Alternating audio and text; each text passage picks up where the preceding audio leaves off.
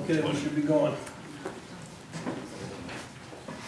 All right, I'm going to call this meeting to order. It is the committee portion of the meeting. We'll start with Mr. Wilson on the personal financial literacy. Yeah, thanks, Brent. And I invited Mr. Ethan Bergstrom as our guest speaker tonight. So, Mr. Bergstrom, you're a high school teacher, been here a few years now. Kind of a jack of many trades, but teaches math and social studies and personal financial literacy. So, the show is yours. All right, well, thank you for inviting me. Is this where speakers stand? Sure. Perfect. Well, this is kind of fun. I do want to talk about this brand new class, but first off, I want to thank you, Mr. Wilson, for approaching me and asking if I'd be interested in teaching personal financial literacy. And yes, in my past teaching years, I've taught a lot of different classes, so whenever you get a chance to do something new, it's kind of refreshing. Personal financial literacy, as you guys know, and thanks for taking,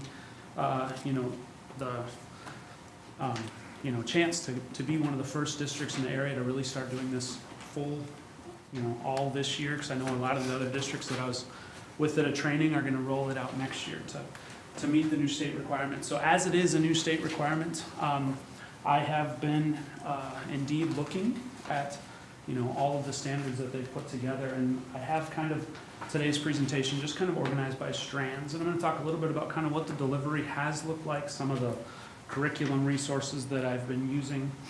Jacob, you have had the class, so you can chime in too on things that were good, if you'd like, or things that you've enjoyed. So go ahead, Lorraine, we can skip to the next one. So first up, the Wisconsin has indeed picked these 6 strands, so they're kind of the units.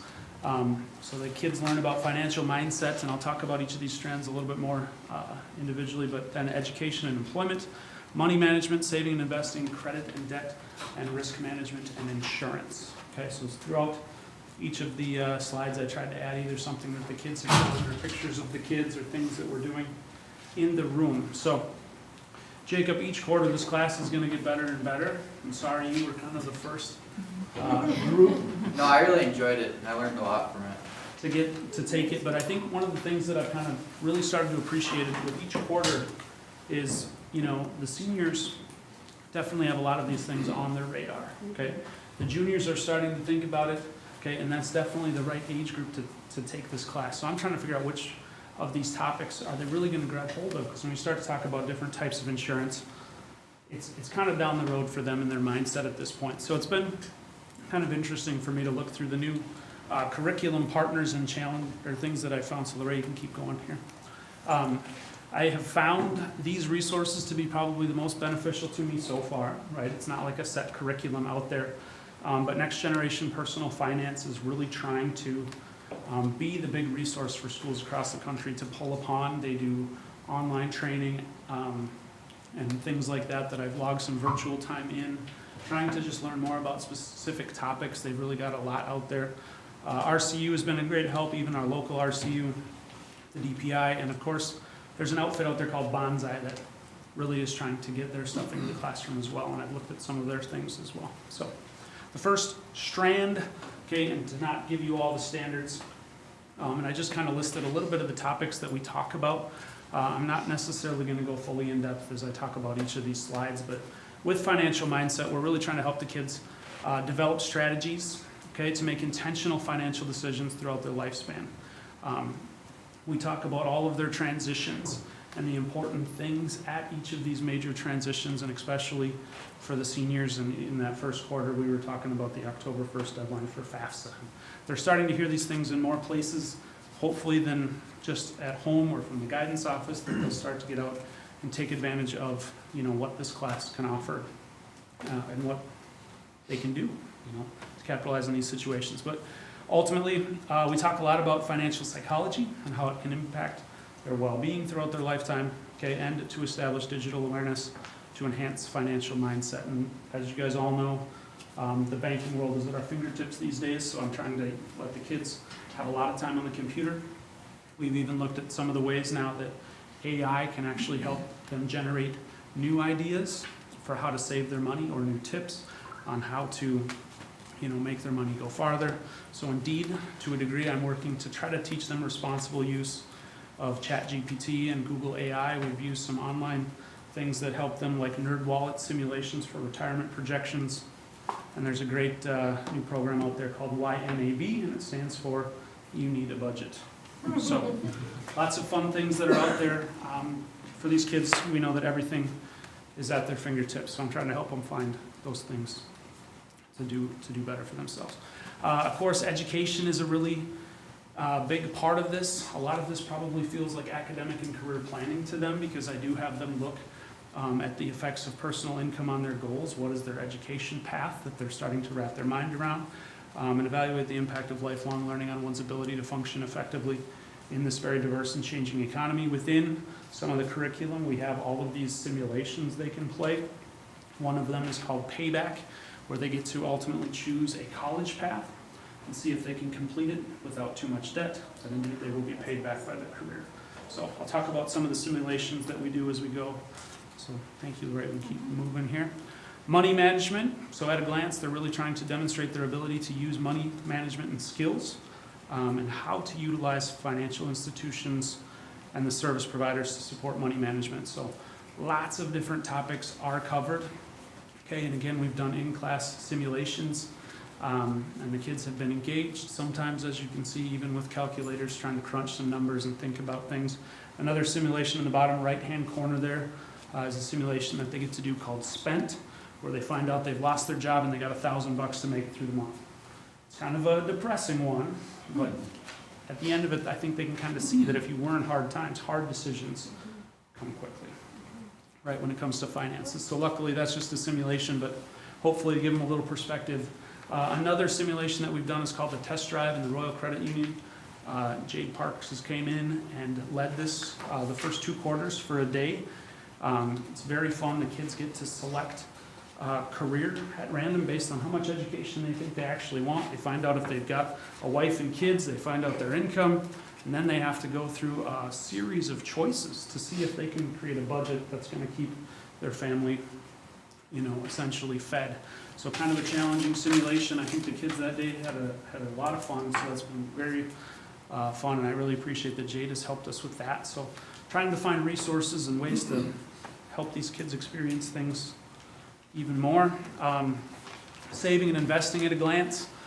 We explore concepts in saving that apply the knowledge to help them hopefully attain financial security. Okay. We explore investing concepts and apply this knowledge to attain financial security. And we talk a lot about it, and Jacob will probably attest that I feel like a broken record sometimes telling them from like day one of your career, you guys have to be investing in your retirement. And we do all kinds of simulations and things where they can see that. This quarter, with the game and simulation stacks, I've had an ongoing challenge. Sorry, Jacob, we didn't have all the prizes first quarter. But I've got a leaderboard, and it ends this Friday. And the kids have been competing to see who can get the highest score in stacks. And sometimes during their study hall, they come running to me because they have a new high score, because they want to win some of the prizes that we've got piled up. So that's been kind of fun. Troy's killing it. He lost first place just today. Oh, I know. Troy had he still has 3 out of 5 spots, but first place, he got dropped today. So that $15 Quick Trip gift certificate, he's worried he's going to lose that now. So, but it's just been fun to try to encourage them and do some fun things. And here's them playing stacks. Like it's kind of interesting. They lock right in and they're trying to see what a diversified investment portfolio looks like, and they have to take and make choices, and it throws them into the game with a 20-year time frame at any given point in American history. So it's rather random. They might face some boom or some bust. They got to play and see what happens, because gold might go crazy at the end and they might place. So that's been kind of fun. We talk a lot about credit and debt. Okay, we examine clearly the benefits of using credit, and we interpret lending options and consumer rights and responsibilities. One thing I've had kind of fun watching them do is I send them off home shopping on Realtor.com and tell them to pick out something realistic. Okay, and some of the homes that they pick, yeah, they're dreamers, but I'm not here to squash that. But I have them compare what it looks like on a 15 versus 30-year mortgage. So we're really looking at what is the long-term impact of such debt. And do you really want to be married to your mortgage and things like that? We talk about lots of these huge topics. So watching the kids start to connect and think about these things has been really kind of the fun part of this. So, risk management and insurance, right? Another great thing, we talk about all the different types of risk and how it could affect your finances. Having an emergency fund is key, and assess the possible choices to protect against financial risk. So we talk about lots of different insurances so that they understand that even in college you should have renter's insurance, and all the different types, because as kids they maybe don't hear a lot from their parents on the insurance options that they have and maybe take for granted until they're ultimately on their own after 26. So that's risk management. We play a game called Bummer, right? And Bummer teaches them that the more insured they are, the more likely they're to have very little stress. Okay, kind of a motive built into that game, but it's been fun for them to have the simulations, the ability to incorporate the technology. I've really liked all the resources, and I'm constantly trying to find more, and build them things that they're independent, kind of in their inquiry to learn about, but also that we can move into good discussion. And then lastly is just, yeah, thank you for taking a chance so that St. Croix can essentially, be rolling this out early for our kids so that they can all have this experience. And I have them culminate the quarter with a financial pathway project, and I've been really impressed. Some of these kids turn in a project that they might have been kind of a jokester in class at times, but they really have thought through some major life decisions and really have, taken a good grasp of the finances involved. So getting to meet some of these older kids, because this is my third year here, work primarily with freshmen and sophomores in the math and social studies classrooms. So this year helped me to meet some of the seniors that I hadn't taught before too. So it's been very fun. So I appreciate it that you guys have allowed me this opportunity to try a new course. And I'm gonna keep it rolling this year, so pretty fun. Awesome. If you have any questions, I'd be happy to entertain.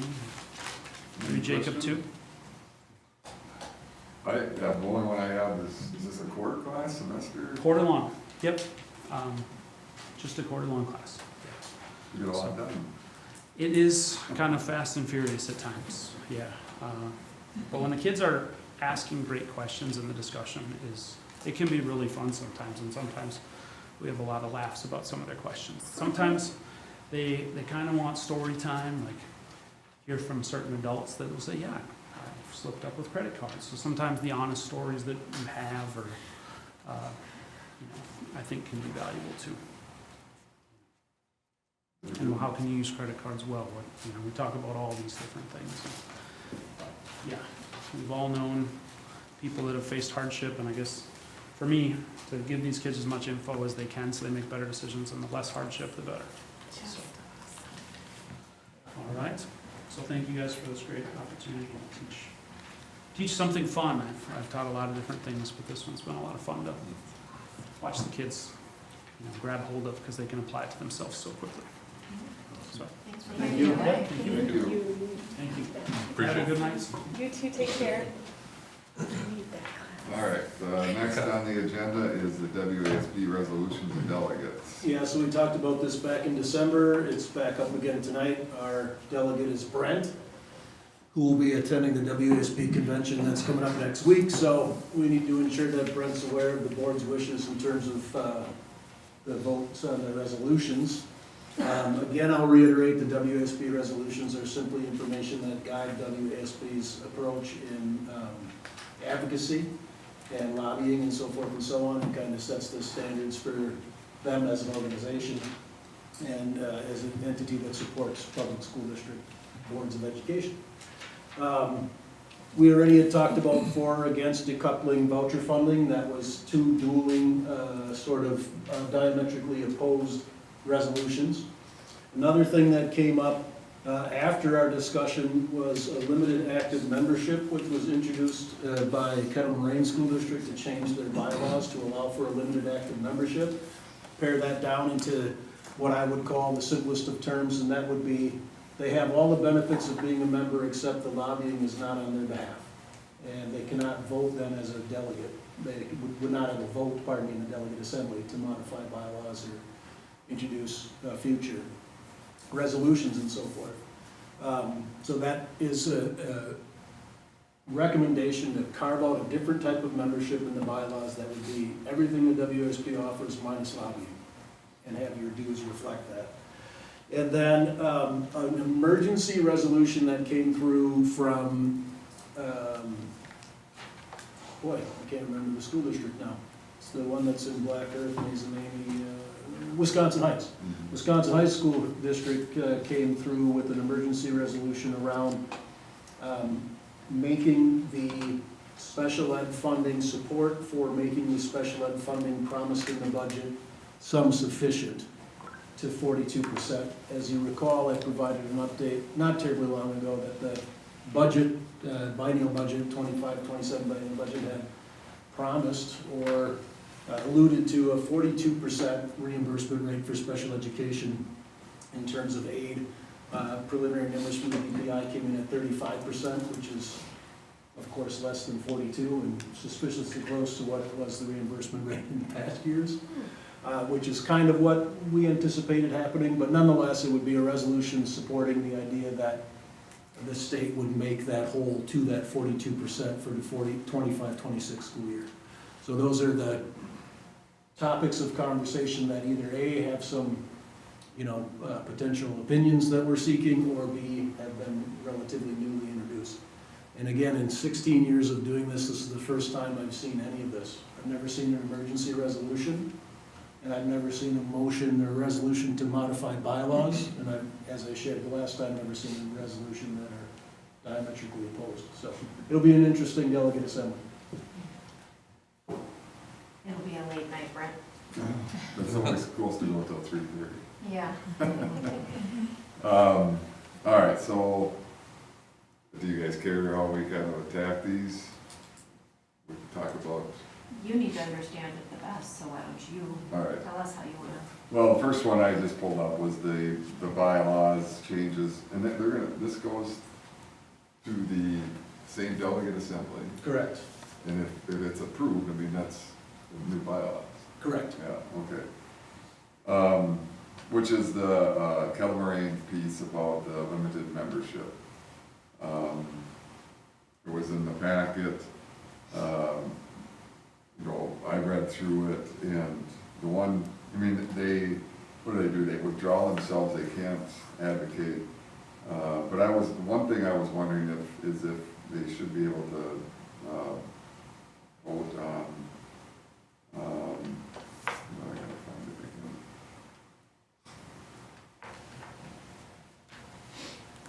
While you look for that, my question or concern that came from reading it was they're proposing then that because they would not receive the lobbying services, they would pay a lesser amount, Correct. which would, by fact, eliminate some of the funding for our statewide lobbying efforts. Do we want to support that or not support that? Might be a part of the factor.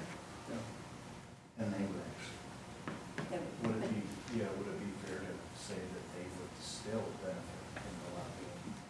They're just not paying for it? Well, they're disagreeing because they say that they're lobbying for things that that district does not want. But other districts could use it in the way you're suggesting to say, hey, they're going to be lobbying for this anyway, let's not pay for the lobbying part of it and benefit from that. But to your point, Matt, correct, if there was a lobbying circumstance that, transformed into relevant legislative action that benefited school districts throughout the state, they would of course enjoy that benefit as well. Yeah,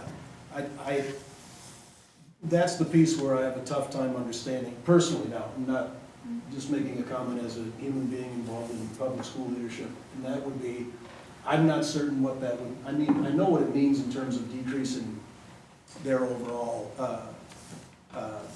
fees for being a member of WASB, but it's not clear to me what the benefit would be to have an entity, as a school district saying, well, WASB isn't lobbying on our behalf, but any state legislation that WASB lobbies for or against is still ultimately going to impact the school district if it's school district relevant legislation. You see what I'm saying? Yeah, but I see some benefit to a local community in saying that our district is a part of a community that doesn't believe this way or doesn't embrace True, this. so that's really the primary reason then behind it. Yeah, Yes. that's what I would say. Correct. Yeah, 100%. But could you say that for everything that they're doing? You know No, what I mean? don't think you can, Right. but if we're maintaining local control, how much do we require them to be part of the state lobby too? I mean, obviously, they're not required in any capacity, but it's kind of a tug of war between local control and the benefits of coming together as districts and saying we have a common interest that we need to work on. Correct. And historically, and again, I'm not, I don't mean to misquote the WASB, but I believe all 421 school districts have been members of the WASB for several years. So this isn't a new, it's new that someone would like to either not to be a member or to modify bylaws for this differentiated membership. Typically, if you're a public school board in Wisconsin, you've been a WASB member because of the things they offer. And arguably, the advocacy that they engage in is in support of public schools and public school children. So. My concern, again, moves toward the financial piece. If it's an option and all school budgets are tight, then I'm concerned that many districts might consider the more affordable option, knowing they're gonna benefit anyway, and at the end of the day, everybody's going to have to pay more for whatever level they're at, because the funding needs to be there regardless.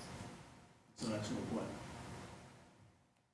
But Brent, you were looking up something concerned they might need to be able to vote on? Yeah, so they would still be able to vote on the regional directors, WASB bylaws and amendments, request to change WASB regions. My only concern would be if you're not in it all the way, I mean, should they be allowed to vote on the WASB board of directors, for example? You know, just thinking that, you know, I mean, granted, yes, they're not gonna be able, they won't have a delegate at the assembly. They won't be able to submit resolutions and different things like that, but I still think there should be a little bit less of a partnership, I guess, to maybe prohibit or kind of fight off, I guess, what you were saying. You know, okay, if I can't do this and this, well, it's not really worth it to me to just pay a lesser amount and still get the benefit, you know what I mean? If I have really not much say, other than I have access to some of these things. Yeah, I feel a little bit torn in that I like the notion of local control, and so I understand that they're saying we don't want this in our district, and so we don't want to pay for lobbying in that way. I don't think that this resolution is quite right yet, personally. If I were in your stead, I would be inclined to vote against it at this point. I just don't think that we've had enough refining of it yet, and maybe that'll come at the delegate assembly, sometimes it does. Oh, yeah, I'm sure it'll be lots of Might be a back and forth. conversation. Yeah, I'd say no also. Okay. All right. Brent? But, yeah, I was tending to vote no towards it too, Okay. just, because, yeah, it's an emergency thing. I mean, what happened, all of a sudden, this has to come out right before the convention. But probably along the same lines, it just seems like it's kind of hasty at this point. Not necessarily unfounded, but not Right. well developed at this point. Yep. But also potentially harmful Indeed. to the organization. You lay off people or be harder to get access to if 10, 15 districts, jump on board or something. Yeah, there's no clarity on what the impact would be. I'm not aware of any surveys where boards or districts were asked if this were the case, what would you do? So maybe this will stem some additional, action and potential future resolutions or modification requests that the WASB entertains and some changes, but yeah, all I know is what basically has been shared and that they submitted that recommendation to modify bylaws, and it'll be talked about on Wednesday afternoon? Both, maybe. Yeah, afternoon and into the evening. All right, okay, so we can move on to the special education. Yep, that was the emergency one submitted by Wisconsin Heights, Mhm. and that would be to a resolution that supports the fully funding from 35% reimbursement to 42%, which was laid out in the budget initially. Yes, please. And that would make worlds of sense. Instead of just rolling over and saying, oh, I see, reduce it again. Mhm. You know, it's kind of like, don't like it. And again, this is WASB lobbying efforts, this has got nothing to do with the legislature. Right. Just, yeah. Yeah, Because this would take an action of the legislature to make that whole. so we're in favor of that one. All right. And I guess the only other one or two, I guess, would be the Voucher decoupling. voucher decoupling, yep. And we've talked about it.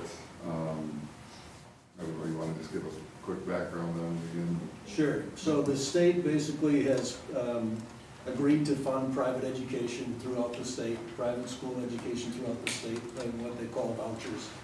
And in order to fund that program, state aid from districts throughout the state is reduced, taken off the top, but the revenue cap for the local district is not modified. So I'll use St. Croix Falls as the example. This year, we had right around $400,000 of aid, equalized aid removed and provided towards the voucher program. That's reflected on our revenue cap sheet. That's the document we use to identify our revenues and expenditures and set the levy. So we see those numbers on an annual basis. And of course, they've been increasing because voucher school enrollment has been increasing.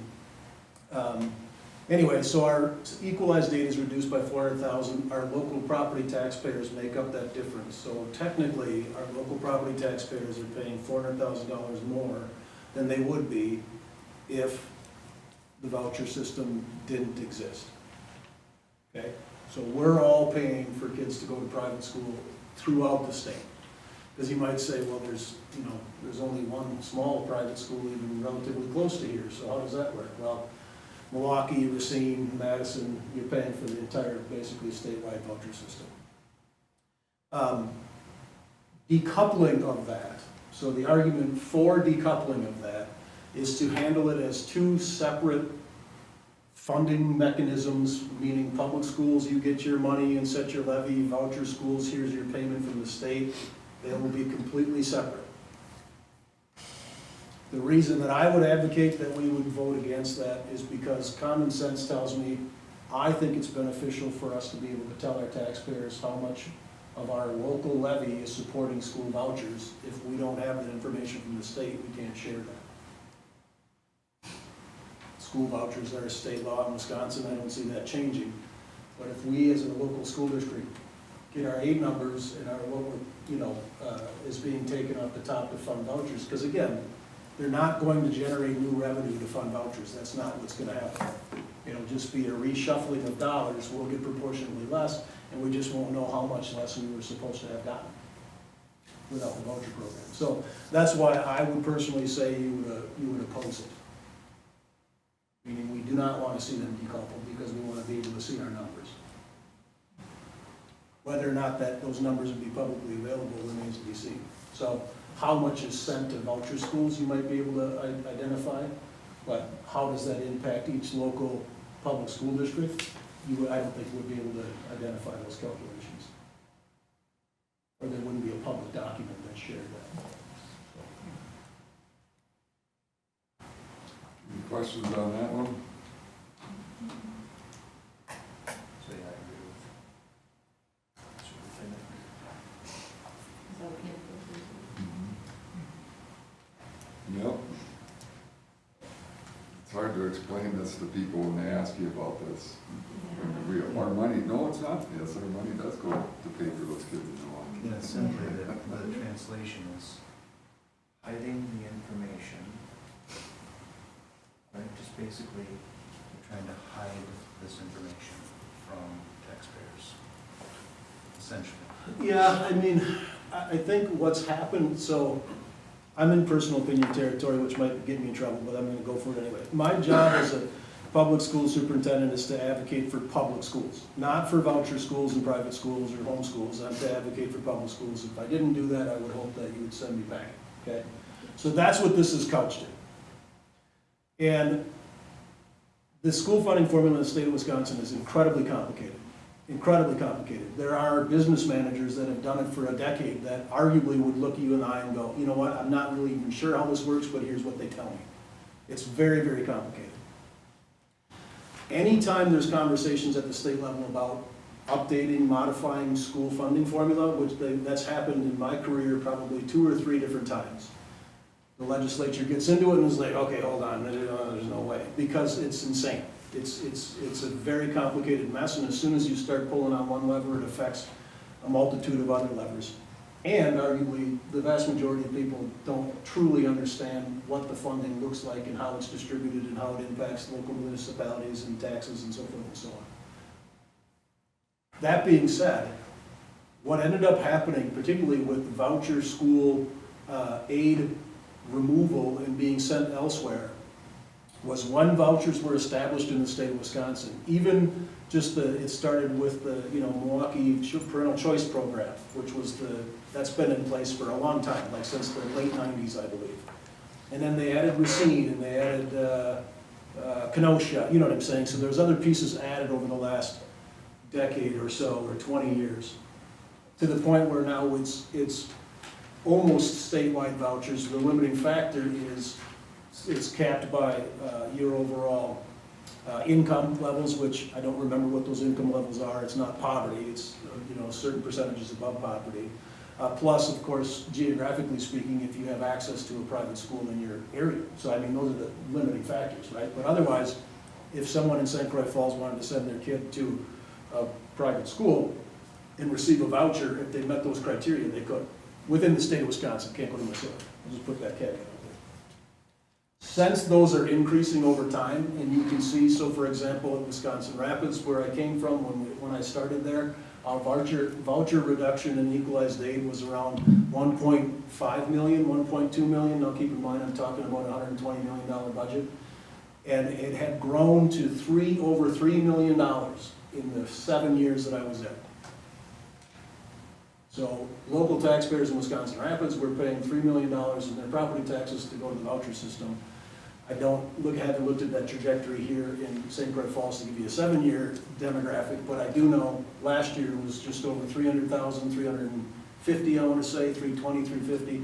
This year it's pretty close to 400, 386, 397, something like that. And those numbers for you to be able to look at somebody and say, our equalized, now keep in mind, equalized aid is still tax. I mean, but it's tax collected statewide, right? And your local property tax goes to pay your local school district. So that additional 400 grand that the state's taking to fund private schools is being encumbered by our local taxpayers via their property tax. Because the equalized aid makes up the other portion of that pot. You mentioned the 400,000, you said that, I think you said it comes on the revenue sheet? Yep. But does it come, they give it to you and it says you're gonna lose this much? Yes, it's pre-populated by the DPI. We're responsible for the numbers whenever you set your levy and do your revenue cap sheet, but something like that, we would have no way of calculating on our own without the state's assistance. And so that information that's in there, you take it to be true, right? That's just what it is. But yeah, and it differs depending upon how highly aided you are and multiple other factors, and then you pretend to know why we might be 400,000 and Unity is 50. You know what I'm saying? I'm just making stuff up, but you'll see significant differences among school districts. If you pull up the past revenue cap sheets, you can see the numbers for each school district if you look at the correct box on that form. But I honestly, I'm not even going to fabricate an answer as to why it would be different. Because if you take similar sized districts, similar demographics, generally maybe aided in a very similar fashion, you might see one higher or lower than the other, and I'm not quite certain why that is. So. But all do. No one is isolated from it. So if they do that, would we not see that 400,000 on the cap sheet? That's the thought process. Okay. Yeah. But for some reason, I was thinking it wouldn't show up like on a tax statement. It'll never show up on a tax statement anyway. So that's one of the things that's transpired too, is you've heard legislature, the certain bills circulating for support, none of them have ever gone anywhere, which would be like property tax transparency, so you can see, as you can see on your tax bill already, this is what's going to the, local municipality, this is what's going to the school district, this is what's going to the tech school, you see what I'm saying, the county. And then you would have another carve out for voucher schools. And of course, that legislation doesn't go anywhere, because that's not what they want to have happen, arguably. And so this decoupling initially was supported in a general sense because people thought, well, yeah, that makes sense, just have it be a separate, like, we don't care, have it be a separate system. But decoupling has now been supported by those that are voucher proponents, I think, for the explicit intent of ensuring that local school districts can't relate to their community how much their local property taxes are covering for, that's my opinion. I'm not sure what the other motivation would be. But, yeah, so, there you go. Anything else? We're in agreement. All right, we'll move on. Did anybody read through the others and see if there's any, a strong opinion one way or the other on? The others are fairly straightforward in my opinion. All right. All right, we'll move on, thank you. The special education spaces for the 26-27 school year. Yeah, so you folks see this on an annual basis. We're obligated to set open enrollment numbers for our various special ed programming at our various levels. One of the things that you may not have seen in a while, I know we had all zeros last year, but this year there's a 2.1 for available space within the elementary.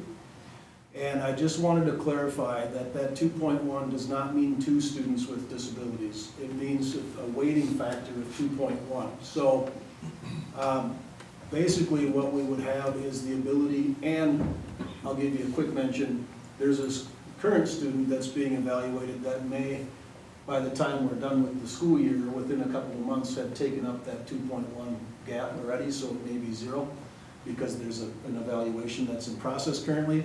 But for example, a student with an SLD, specific learning disability, with a student factor level of 1 is a multiplier of 1.7. So if we have one of those kids at a 1.7, we basically don't have space, because the lowest number you can get is 0.7, and that's speech only, and speech is full. So if we took on 2 speech kids because we had speech open, then we'd be okay. But this is not a speech kid that's open, speech is full. This is a 2.1 or 2.2, whatever's on their total, which means that there's a very narrow, EBD level 1 is a 2. So you would fit one kid like that. ID level 1 is a 2. You could fit one kid like that. Everything else on the matrix is either 2.1 or higher, meaning those students with those sorts of disabilities, depending upon what's in the IEP, would not be eligible to open enroll because we're over our calculated cap. I have a question. Yeah. So you mentioned that there's the potential that we already have a student that would fill that 2.1, that would create that, or Correct. change so that it would be closed. Correct. De facto, not because we've closed it, but because we're full. Right. Does that have to be an open enrolled student that fills that? So these are for open enrolled I mean, we're saying purposes. next year, somebody could open enroll, but the current student that might fill that space could, if they're not an open enrolled student. This is an open It is enrolled an kid. open enrolled This kid, is so only open enrolled numbers. If we have district resident students with special we needs, have to meet. the program can never be closed. Right. But those numbers are added into the calculation in terms of space. Mm-hmm. The idea behind that is so that you can serve your local school district kids and you're not telling, well, hey, we don't have enough teachers to serve your kid for a family that lives here, and you've got 10 kids in your special ed program that have open enrolled from Unity, for example. See what I'm saying? Yeah. So yeah, this is open enroll spaces only, but when you run the calculations, it's total special ed caseload. Right. Which is where you come up. Yeah, and the student that we're talking about in the current evaluation is in fact an open enrolled student. So we could have someone move into the district and that would push that cap even higher, but keep in mind, we would have to serve them anyway because they're a district resident. Right. Yeah.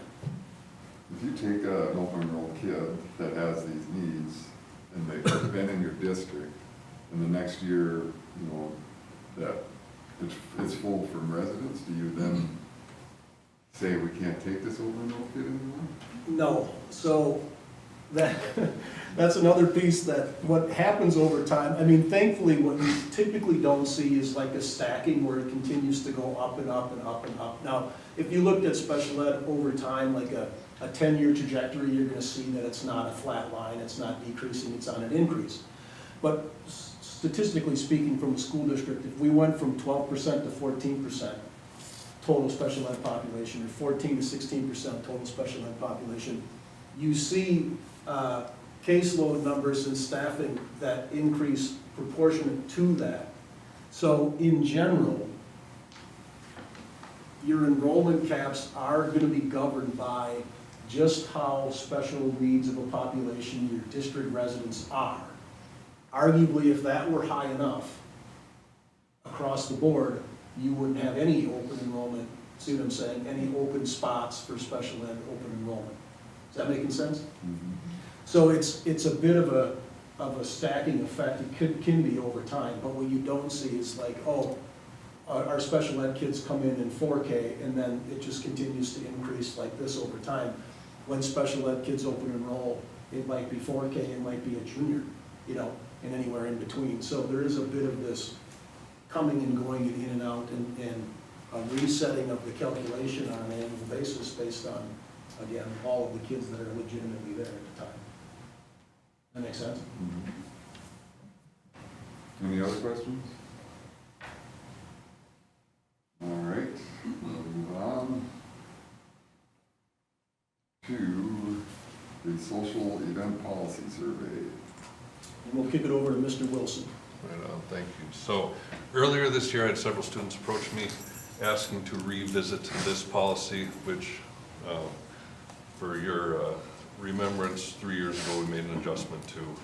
So what we did is we set up a meeting with these kids, we met in my office, and during that initial conversation, we did a little history dive to remember, you know, how this policy used to be, how it was changed 3 years ago, and then where we're at right now. Some of the students asked if there was a potential to change the policy back or revert back to what it was previously. And in conversations, found it very valuable to send out a survey to the student body, looking for some input on how the students felt. So in board book, you have a copy of the information I kind of pulled together.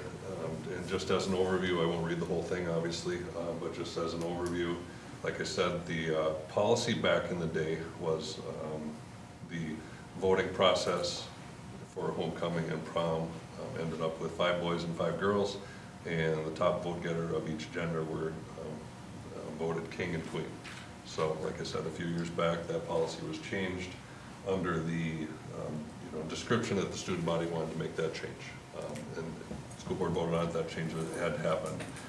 What I did then, at the request of these students and to find more information, was pulled together a survey and sent that out to the student body, and obviously gave that a deadline, gave it a week plus, and did some advertising and some announcements and some encouragement for the student body to give some input, or give their input into this policy. And essentially, the survey, like I said, was emailed to the student body. They were given some time, and the 4 options of the survey, option 1 was to revert back to the old policy, which was the 5 boys, 5 girls, king and the queen. And 57% of the result, or 57% of the votes came back to revert back to the old policy. The second place category was the I really don't care one way or another, with 20% of the students who voting that direction. The third option was the current version plus adding something like royals. So part of our discussion was some people really feel it's important to have a king or a queen, or a, for lack of a better term, winners, top vote getters. And that version received 17% of the votes, and then the current version, which is between 8 and 12 of the top vote getters being listed, not including any genders at all, not boy or girl, just 8 to 12 of the top vote getters, and that received 6% of the votes.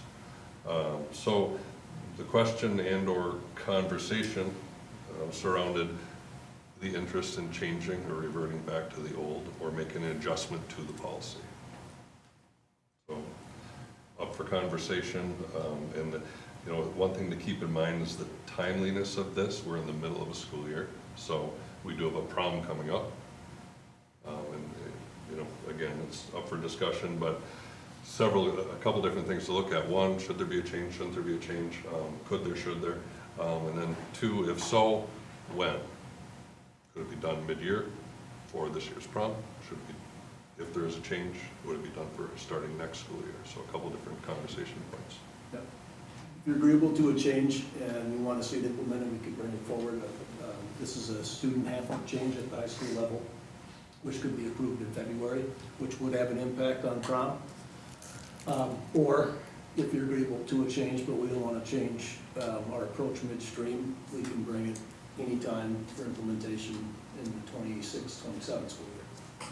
So, but if it's going to change, it's going to come forward as a handbook change. If it's not going to change, we wouldn't bring forward anything. I have a question.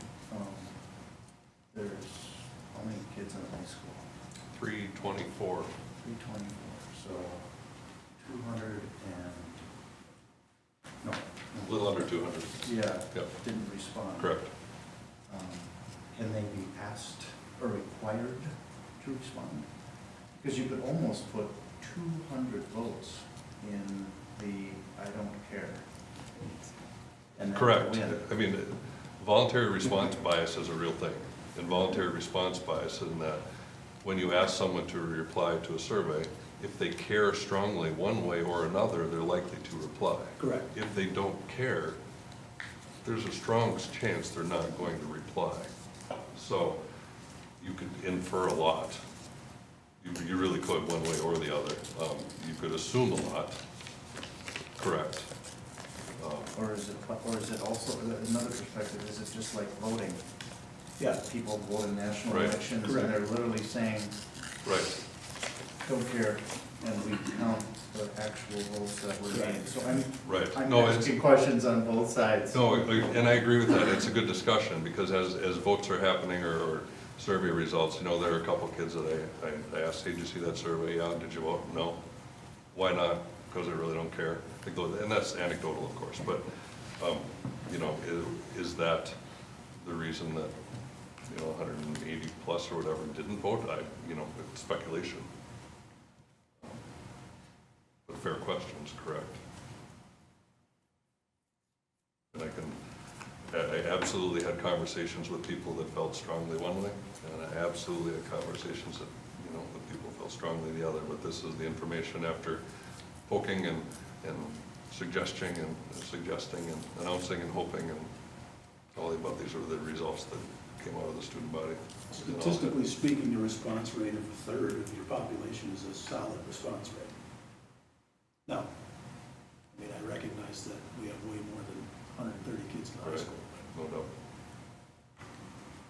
And there must be some precedent, like other voting situations. It's like, well, these are the ones that participated, so we really don't know what the others think, and you act based on what you learned. Correct. Yeah. Yeah, and I'll cite with the recent staff-wide survey that we did, and we have around 200 employees, 180, something like that, you know, people that are non-coaches and whatnot. Then what do we get, half, 50% about? Which is a good response rate, but, because also when you do a survey and it's a required survey, you have issues with data validity then. Because if you recall, like the Iowa basic test from the old days, and the kid that you sat next to with a last name that started with the same letter as yours in the alphabet, and all he did was write AC/DC. You see what I'm saying? Because he's not doing it. That's kind of what you get. It's like, fine, you're gonna make me do it, then click, I'm done. I don't know that you can, it decreases the validity of surveys when you do that. And arguably, I think the conversation, this again on a personal level, I'm not dictating anything here at all, but when the data shows as it does, I don't feel that there's gonna be dissonance among the student body. I think generally it's gonna be, yeah, we would like it back the way the old version was. And of course, Mr. Wilson and I, because of the circumstance, had talked about this too on occasion last year. And the tack that I had mentioned to him was, look, in my opinion, this is a high school that's for our students. They don't have unilateral authority to decide anything, but they do have the ability to advocate for themselves. So if the conversation comes up, then I think a reasonable course of action would be to, listen to them, do a little bit of research, conduct a survey, see what the survey says, and then we'll bring it forward for a conversation with the board, depending upon what the content of the survey is. And frankly, if it came back the other way, which is keep the whole current version, we don't want to, then anybody that asks the question, I'd go, here you go, we're not changing it. You know what I mean? Until some point in the future where it becomes something of a passion for people. But the data here does not indicate that when we have 57% that prefer the old version plus 20% that don't care, that's pretty strong. If it was 57% and 53% for the current version, I might have a different opinion. I think we need to do some more research, but it's not showing, the data is not showing that there's this division, this close division among the students. I have a question. So with the old survey, how many people participated in that? Because I just think it'd be a good thing to think about. You mean when they switched it? Yeah, like the original survey. Do you have any idea, Mr. No Wilson? idea, I don't have an idea. I recall you telling me, wasn't it a lot less than the people that voted this time? I honestly don't have any idea. Ms. Ryan did it, I don't know. Wasn't it just the prom and or homecoming committees, just that small population? Maybe. I think it I wasn't a part of it, so Yeah. I was on the outside. I think they were the ones that proposed the idea, right? I do remember that They some, did yes. do a formal survey, but then. I never heard folks- about a survey. Wasn't there done, but it was like not representative of the student population. I don't mean to interrupt, but I did some research and it was just the student council that had us given the survey, which was 28 students. So that was the research that I did, that it was just the student council. I feel like that seems right from what I recall. I mean, I wasn't on the board, but Yeah. just from what I knew of the situation with my, And that was kind of the same argument, right? Was like, these kids are actively working on this stuff, and the others are like, the other kids, like you have it. So the only people that were participating in planning, right, were the ones that voted, I thought. Well, I would think that if there was a student body-wide survey, you're probably gonna get around 100, 250 responses. You know what I'm saying? what was the feeling around like homecoming? That was the most recent event under the social event policy. I mean, how did the students feel about this policy? Yeah. I haven't had many conversations at all regarding it. There haven't been. Yeah.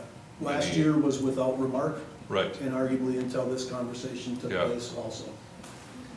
What's interesting is that things that are potentially heated in the community or among adults doesn't necessarily bear out in the high school building. You know what I'm saying? I'm not saying it doesn't matter to kids, it does, but it's just like, well, it is what it is, and they move on and do their thing.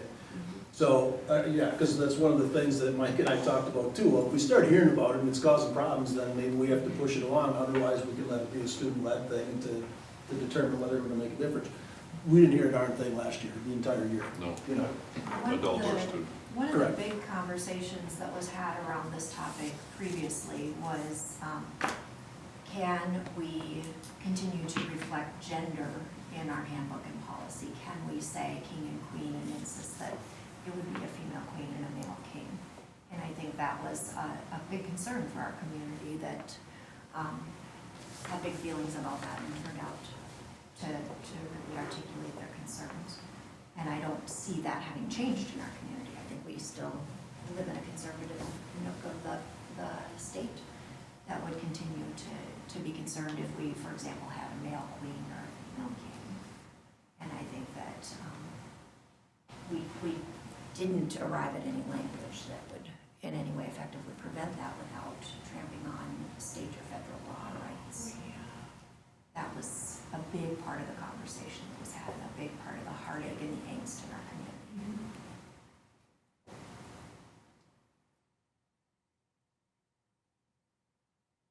Well, the way things are definitively settled is through litigation, Inevitably, and I'd like to not be on the receiving end of that, thanks. 100%. Yep.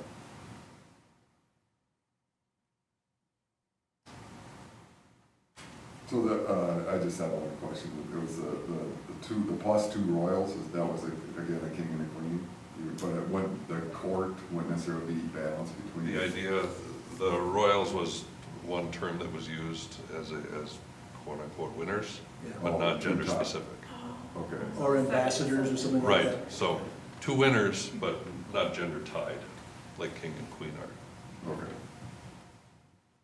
And the student group that came to you and approached on this, did they give any commentary on their reasoning? Are they more passionate about tradition versus? Passionate about changing back. Tradition was a big part of the Is that- conversation. Yep. Kind of the argument.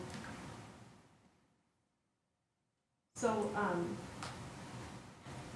following through, it sounds to me like with this process that you took with the students and such, this is something that we had asked about, I guess 3 years ago, the first time when we found out that maybe there wasn't a survey of a full population. So you did do, it was done step by step, which is great. So now we have kind of like that representation. So is this gonna be the new, like, standard practice? Let's say in 2 years, we have a group come through that says, hey, we really care about leaving gender out again, so will we follow this process I this don't way see why you again? wouldn't. Yeah, it's a fair So question. it'll just Right. be a fluid process.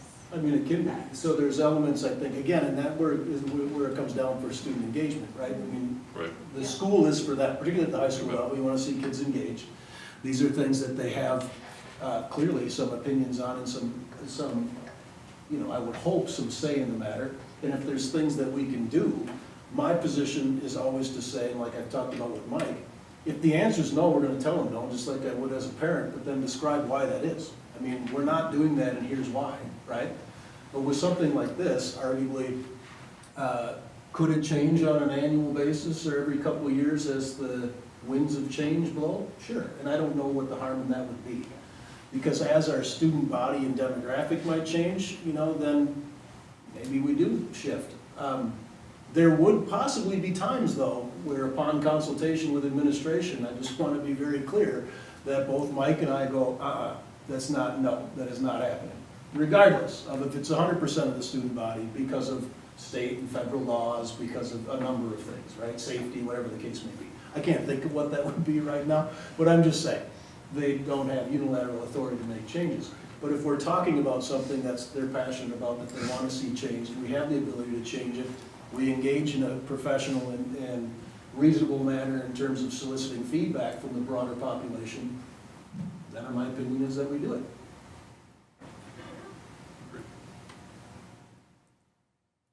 Again, we are not voting on this tonight, it's just information. It will be on the February, the first, whatever, meeting in February, for a vote on. So any other questions for now, comments? I have a question. So Mr. Wilson, you were saying there is advertising done on the survey. I don't really recall there being any. I just remember it just being sent out and the deadline and that was it. So what kind of advertising are we talking And through about? the announcements too. Oh, okay.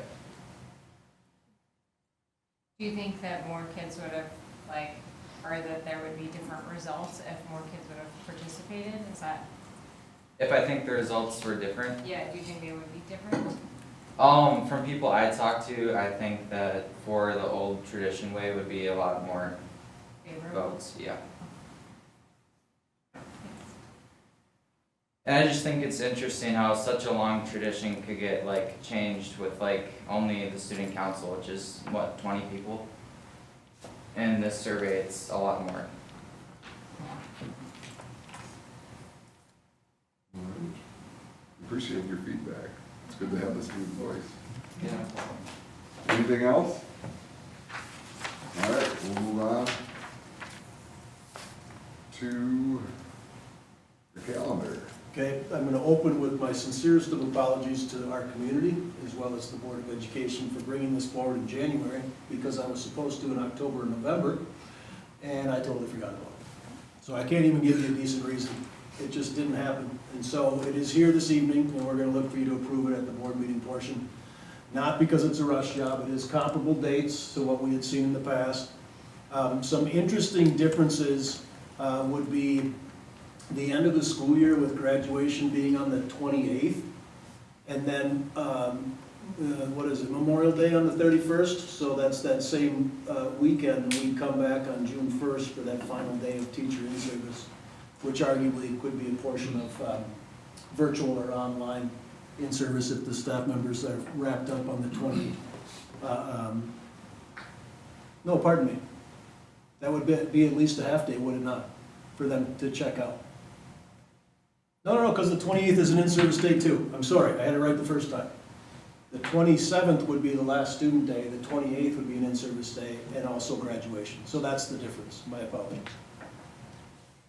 And then you notice the Christmas break time, we do that December 21st and 22nd would be an in-service day. So we're kind of utilizing the model that we used this year, where there was a one student contact day a week being that Monday, which works out pretty well for things that happen in the middle, elementary, middle, and high, which is kind of a fun day, ski day, movie day, bowling, Mall of America kind of thing for middle and high school, and I'm sure nothing but craziness at the elementary. Every day. Yeah. So that does kind of work out nice. And it gets us done, students are done, of course, before June, and staff, like I said, initially wouldn't have to necessarily be in attendance on the first. It can be a virtual in-service day unless they have things that they need to finish wrapping up that require them to be in person.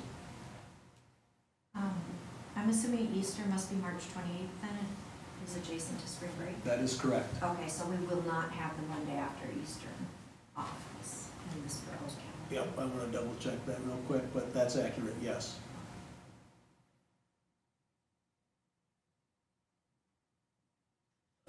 Easter Sunday is on the 28th, correct.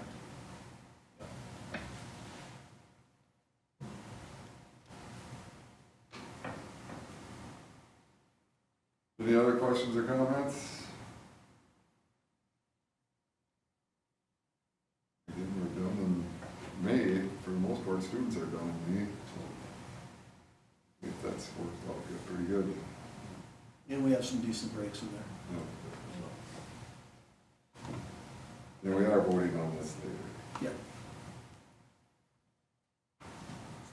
All right, next is the proposals at the, new course proposals at the high school. We have, what, 3,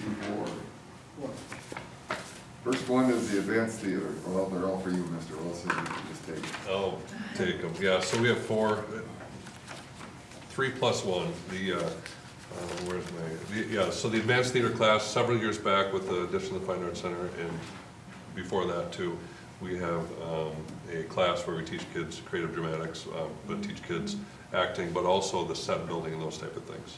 So the advanced technical theater class would be a second level of that for that handful of kids who are really, really into the theater world. And again, that could be acting, but also in maybe more so the set building and the technical aspects of the theater. I mean, we've got one student who can run pretty much that whole booth now because he just loves to do those sort of things. So this would be an above and beyond, or that second level, which could be beneficial to our district as well, to have other people involved in this facility to be able to help out with the technical aspects of not only theater, but concerts and the dance factory when they come in, and could actually have some potential part-time employees down the road. Okay, I was gonna ask that, so students could potentially get paid to run that? Once they get trained in that, they'd be very valuable, yes. Yep. So it won't affect a lot of kids. It's obviously a very small group of kids that would have that level of interest, but they would go through the first level class and then, you know, essentially say, I'm really, really interested in that. I'd like to go above and beyond. So helpful, great for the kids, but also great for the district too. You just want to go through each one of them, or do you have questions one by one? Questions on that one? Sounds familiar. Okay. Exploring education, Ms. Zadroik is proposing this class, and that is a future teachers class. The FACE area, if you look at like a UW Stouts FACE teaching program, in any teaching program, this is absolutely in her wheelhouse in that curricular area, looking to recruit and train, obviously not fully because they need a 4-year degree, but to get people interested and more skilled and experienced in the education world. Coupled with that, not the class, but just as a side note, in the state of Wisconsin, there's a group called Educator Rising, and it's a support system to get high school kids excited to become teachers, which we need, absolutely need. There's a teacher shortage across the country, and it's a tough profession, so getting some of our energetic and excited kids in this area could be really, really valuable. So Ms. Drake would like to offer that as an elective, half-credit elective. Do you know if this is common at high schools? It's starting to become more, yeah, so the Educator Rising Group is fairly new, like a handful of years old. It's great, it's gaining a lot of power. We had a chapter in Rapids, and I would say that, yeah, I don't know what the penetration is, but it's becoming more and more prevalent, yes. Yeah. Very much needed. Yeah, and it's a lot of it is a reaction to the need. You know, universities saying, what can we do? How can we support? How can we get more people in the teaching profession, obviously, so. Yeah, so that'd be a half credit, just a quarter-long class, but we, you know, talk with these two people about getting some kids some experience with the younger classrooms and like quote-unquote student teaching opportunities.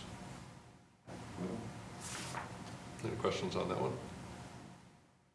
All right, third one is Mr. Hall is proposing. I have Sorry. more of a question, comment. Yes, sorry.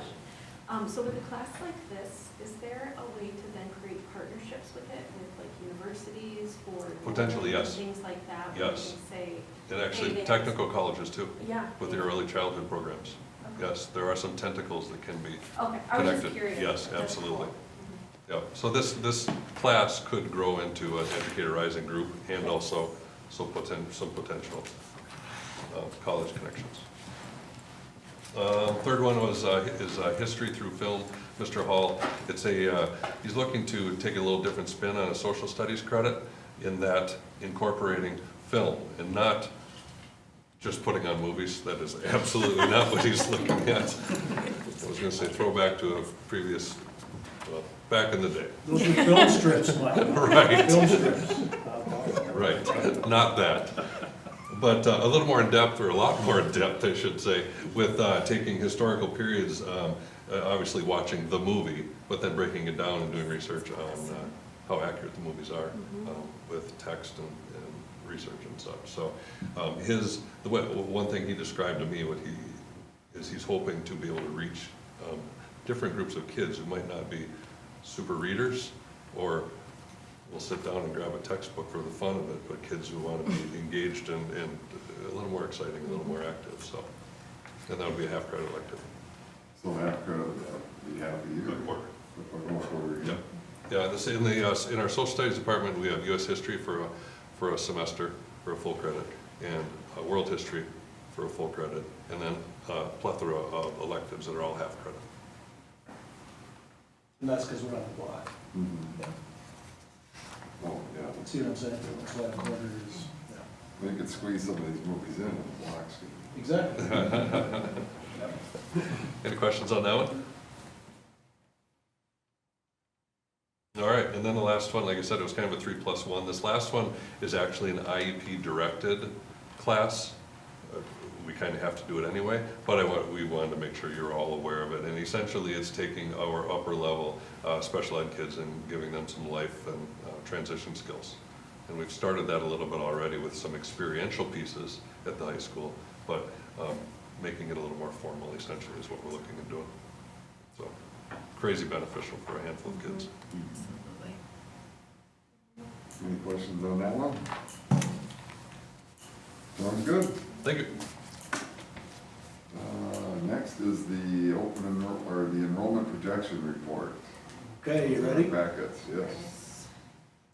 All right, buckle up. So, I will try to give you a quick synopsis. On the first page, let's double check. Page 1, it does have a enrollment projection executive summary.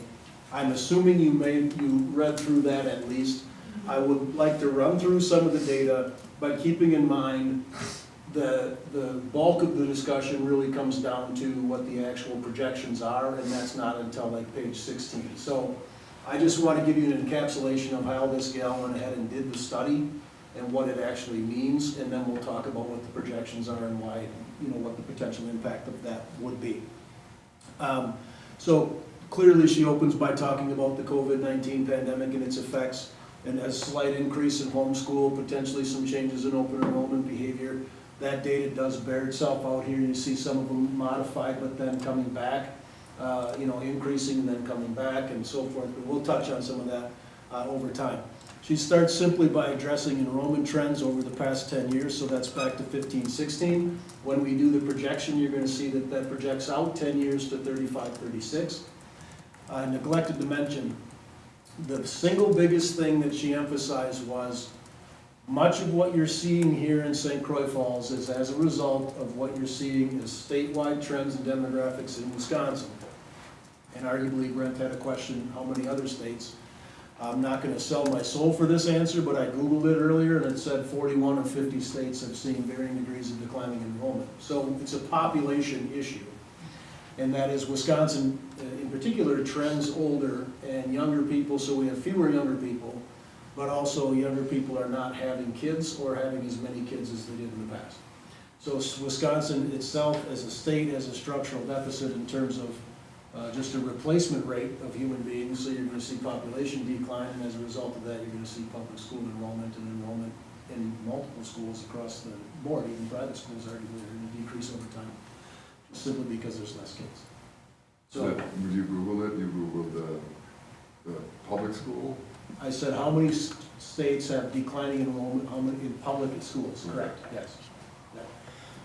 And I think the number was 41 out of 50, or 40 out of 50 was significant.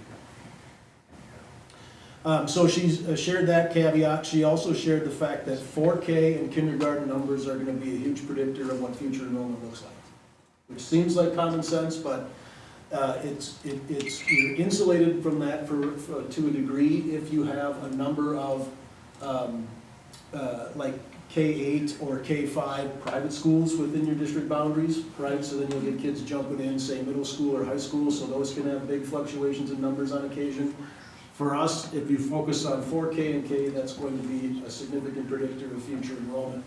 And then the last caveat that she would share if she were standing here is, there's no human being that can tell you outlier things that might happen, right?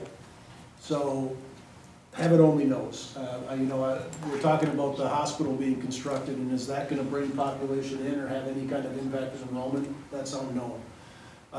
Might there be something that comes in the future, that goes away in the future, that has an impact on population? Again, that's unknown. So those things can't be accounted for to a significant degree. Okay, so now I am going to go to, let's see. On page 4, components of 4K through 12 enrollment change. What you have is natural increase and decrease and net migration. Net migration, of course, is going to be in terms of like open enrollment and just coming and going from the district boundaries or within the area. And natural increase or decreases as a result of population demographics, what you're seeing, right? Student choices in the St. Croix Falls School District, so now I'm on page 5. That's where our only true non-public school setting is going to be homeschool. And you can see that bump 2021 to 100, from 66 in 1920 to 120 in 2021, 115 in 21-22, settling back out down to like 105 now in 24-25, so not as high as it was and on a tail down. One of the things I mentioned is that I do think it's going to make some sense at some point here to do outreach to homeschool families, just to, again, we're not trying to coerce or anything like that, but ask questions like, hey, how come you're homeschooling? I'd like to make a decision. Is it something about the public school district? Is there things that we could do differently? You know, that kind of thing. So you can gather some feedback, and arguably you can do the same thing for your open enrollment out students as well, via a survey or some other mechanism of outreach. If a student is doing an online school, are they considered homeschooled or open enrolled? So in order to open enroll in the state of Wisconsin to a virtual school, it has to be a charter school. So it can't just be a virtual program, because we have a virtual program, but we can only serve our district resident kids.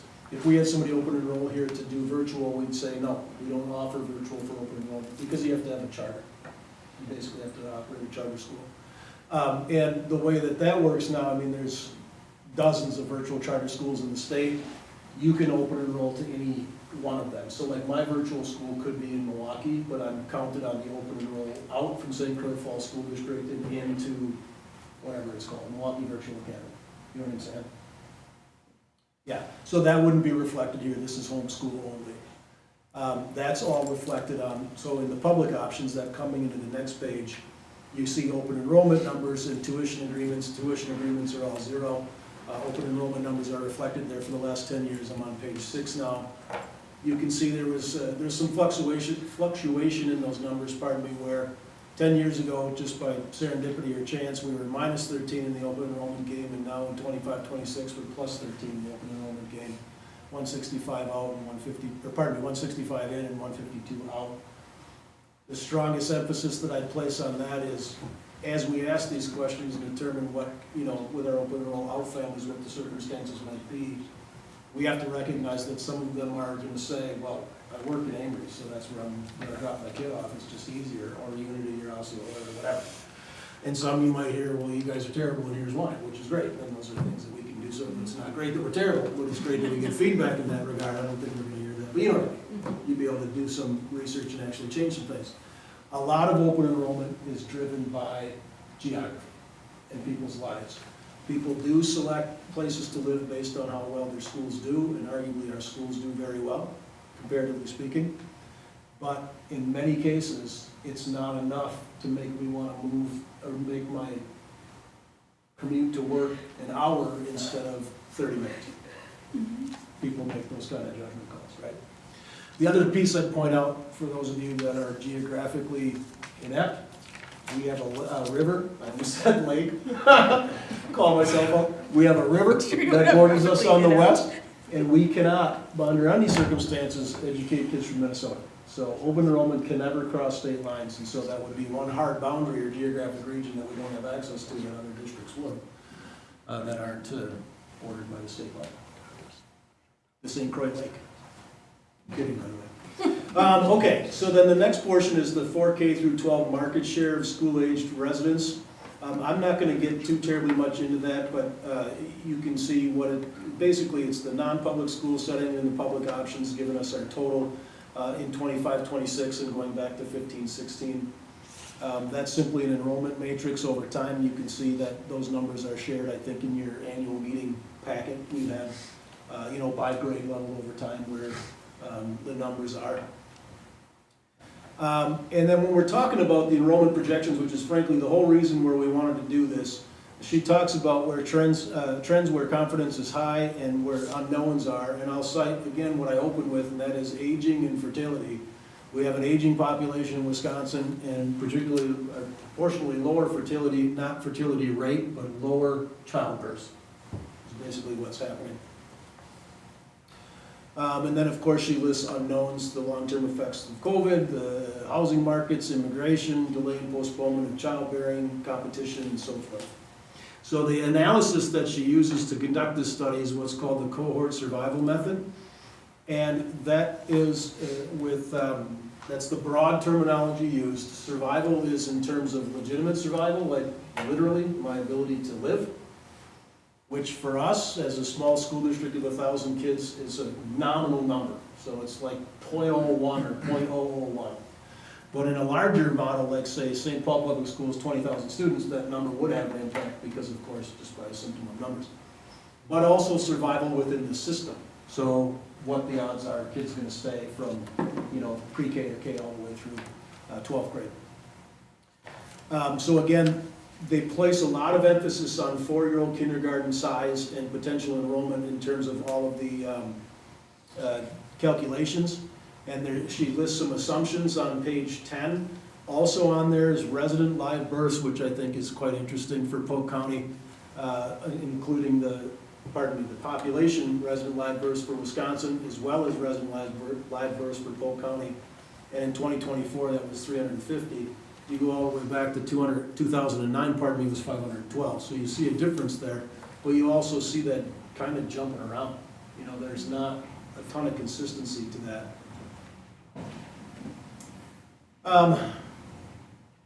Next on page 11 is St. Croix Falls 4K as a percent of the total Polk County 4K kindergarten pool. And what's interesting is that as that pool decreases, the highest we had was in 16-17, where we had 16.86 of the pool. That's the capture rate in that second from the right column. And our lowest was just last year at 9.61%, and we're coming up to our second highest, which is this year, at 25-26 at 14.8%. So that's based on when the kids are born and tracked over time and when they should be enrolling in 4K and who in fact do enroll in 4K. That's where those numbers are coming from. The birth years, of course, are on the left hand. When you have numbers like we do in Polk County and St. Croix Falls School District, it's a relatively small sample size. So you're inevitably going to see some fluctuation in those numbers, particularly something like registered for 4K. It's just a low birth year that year, fewer kids, you know. Can I ask, how many kids do we get in kindergarten that don't attend our 4K? Oh, and we're on an average year, I would say average of 8. But some years it can be 15, some years it's less. This year it was less. And are those traditionally kids that are in the district? There are traditionally kids who are in the district but had a different daycare situation or were in a nursery school kind of thing. But, you know, honestly, that's really off the top of my head. I'd have to look back at years of data to see what percentage that was and what percentage is move-ins. Just curious. Mm-hmm. Yeah, usually we plan for whatever our 4K numbers are. We try and plan for 10 more kids coming. All right. On page 12, you're going to see Polk County 4K pool by year. So that's providing that projection. And underneath that, we have what our lowest percentage take of those would be and our highest percentage take of those would be over that 10-year projection. So you can see in 2035-36, we would have on the low end 46 in 4K and on the high end 53 in 4K. And you can see those numbers don't change a ton over those years. And that's because it's a symptom of this population calculation for birth rates, right? And it is a projection. It makes sense when you're using 4K in kindergarten as your primary numbers because any year that you increase, all you're doing is making that longer. So you're kicking that group that you did your first prediction with to kindergarten to first grade to second grade, and that's how those numbers stay. Then she talks about net migration. That is again the ins and outs, the movements among human beings, students, school-age kids from year to year, which enters into the ultimate calculation, survival rates. As you can see, are listed on page 14. And then we get to page 16, which is where the actual legitimate 4K enrollment projections come, which would be starting in 25-26 and ending in 35-36.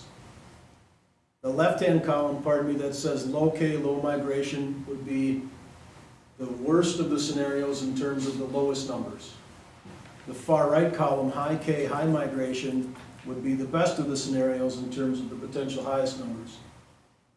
The argument she made is that what you'll probably end up seeing is something that's right down the middle of the two middle columns, the low K, high migration, and high K, low migration, somewhere in there. So if you're looking at a school population projection 10 years out, a solid bet, not a guarantee, would be around 800 kids. 10 years from now. Keeping in mind that we're at 987, correct. So a decrease of about 180 kids. For the reasons that I mentioned. I thought she said we were at 1,000.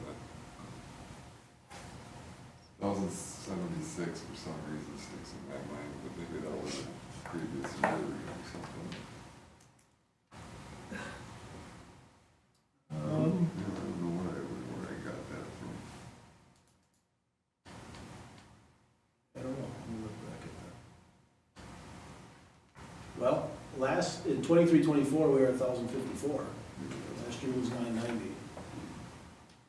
truly lose roughly 180 kids over the course of this 10 years, we're talking roughly 15 kids per grade level. Looking at the elementary, that's a section. Yeah, guaranteed. And we've already made some staffing modifications, as I've shared with you. We're gonna have to engage in that behavior over time, and as, what gets interesting is when you get into the, it's insulated a bit at the middle school, but at the high school, it gets interesting because of licensure specialization. You don't just have one teacher per grade level, right? You're not a K-8 licensed person, so you have a chemistry license, well, that person has to teach chemistry, and that's it, or chemistry and physical science.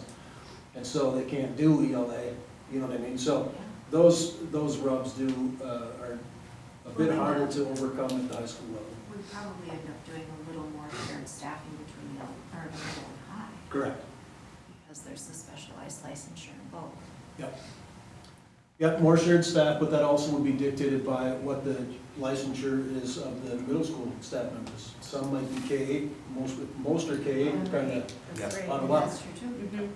You see what I'm saying? So it'll be complicated at varying times, and there'll be times where you'll hear us telling you that we're gonna fill a high school position, or potentially fill a middle school position, and here's why. And the response is gonna be, yeah, but we have fewer kids, but we'll explain at the time what our, goal and approach would be. We do know that as we're chasing a bubble now, ironically, it's the 5th grade class is the largest. The 5th and 8th right now in the middle school are the 2 biggest classes. But we're set because future enrollment at the elementary is significantly lower in multiple grade levels. This isn't just one grade coming through with 50 kids. So we know that basically the whole middle school is going to be much smaller at some point in the relatively near future, and then eventually the whole high school too at a little further point in the future, and have to make modifications for that to work. The best way to approach this, of course, is in terms of doing it through attrition and ensuring that we're being cognizant of not just we never randomly fill positions, but being very thoughtful about any position that we fill, much like I recommended last year when we had a retirement at the middle school to not fill that position, and then ended up having to because we had 8 kids enroll in 5th grade, which we didn't anticipate. That staff do not appreciate. So when you're used to 12, 14, 16 kids in your class, and now you have 17, 18, 19, 20, you're gonna have staff members telling you that it's way too many kids in the class. I'm telling you right now. But we are going to have to decrease our staffing over time, there's no question. And why am I only talking about staffing? It's the lion's share of our budget, 70% of our budget. Well, but it plays into facilities type stuff too. Absolutely does. Yep. Are you done? I'm done. Any other questions, comments? Obviously we talked about some of the stuff looking at the future, but even looking at, potential goals and different things for next school year.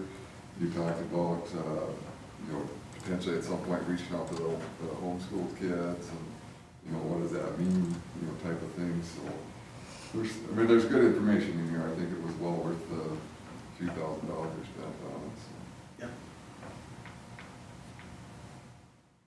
All right, what's next? More goals? No, hockey. Boys and girls hockey co-op. So we're looking at re-approving both boys and girls hockey co-ops, which go for two-year cycles, 26, 27, and 27, 28. From what Tara had told me, we didn't have any girls. We don't have any girls this year, but we're going to next, I think. And boys, of course, we have several boys that are involved in hockey. So, yeah, with the no girls, the co-op agreement still exists. Yes. And then, all right, that's fine. Yep. Any questions, comments on that, Rose? Does the agreement include transportation for any of the kids To the rink? to their practices? No. Is there an opportunity there for that?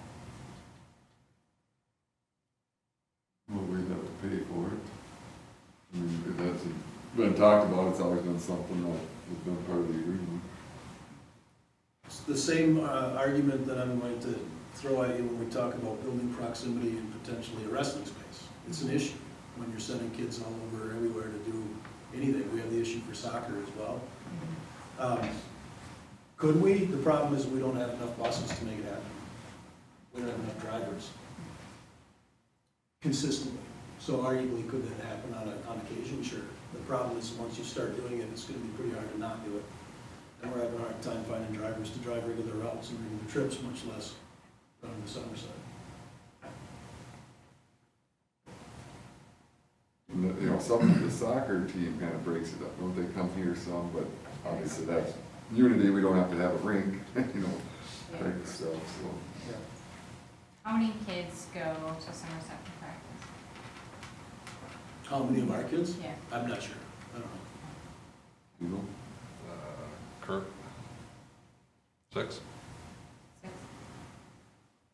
That'd be my quick guess, Like, yeah, 6 or 8, something like that. currently, yeah. Yeah, Like that this- always changes. Yeah, this year, that's what it is, I no girls, but Depends on how interested the kids were when they were little, what makes the kids or whatever, you know, a bunch of kids that enjoy it or they're all friends or something. When my daughter was in the hockey co-op, there was one school that participated, I think it was Cambridge maybe? And they let a parent drive them and would reimburse the parent for gas, I guess, to support that. Yeah, we got it done. what was it, Matt, was it a lot of rideshare, or is Valley the only one? That one No, there was, From here? oh No, there was, I'm trying to think, probably, yeah, half a Grace, dozen, half a yeah. dozen. did you just take turns? No, they just carpooled or whatever. Yeah, well, the kids did, yeah, Yep. sure. That's what I meant, yeah, they would call it kind of cool. Mhm. That's all, I don't know. One of the struggles of offering the opportunities that require us to co-op with another school, I guess. I mean, we could say we can't have hockey because we can't afford transportation or can't reliably provide transportation. I think these kiddos would prefer. Arguably, most communities don't have an ice arena on their school district property. They're either driving or going somewhere else within their city potentially or area. So it's not atypical for you like hockey, right? They're gonna send kids in certain places. And I have no idea how many districts, if any, cover that transportation. I know where I came from, we sent kids all over hell and it was their problem to get there. Yep, that's how it is here. So, Yeah.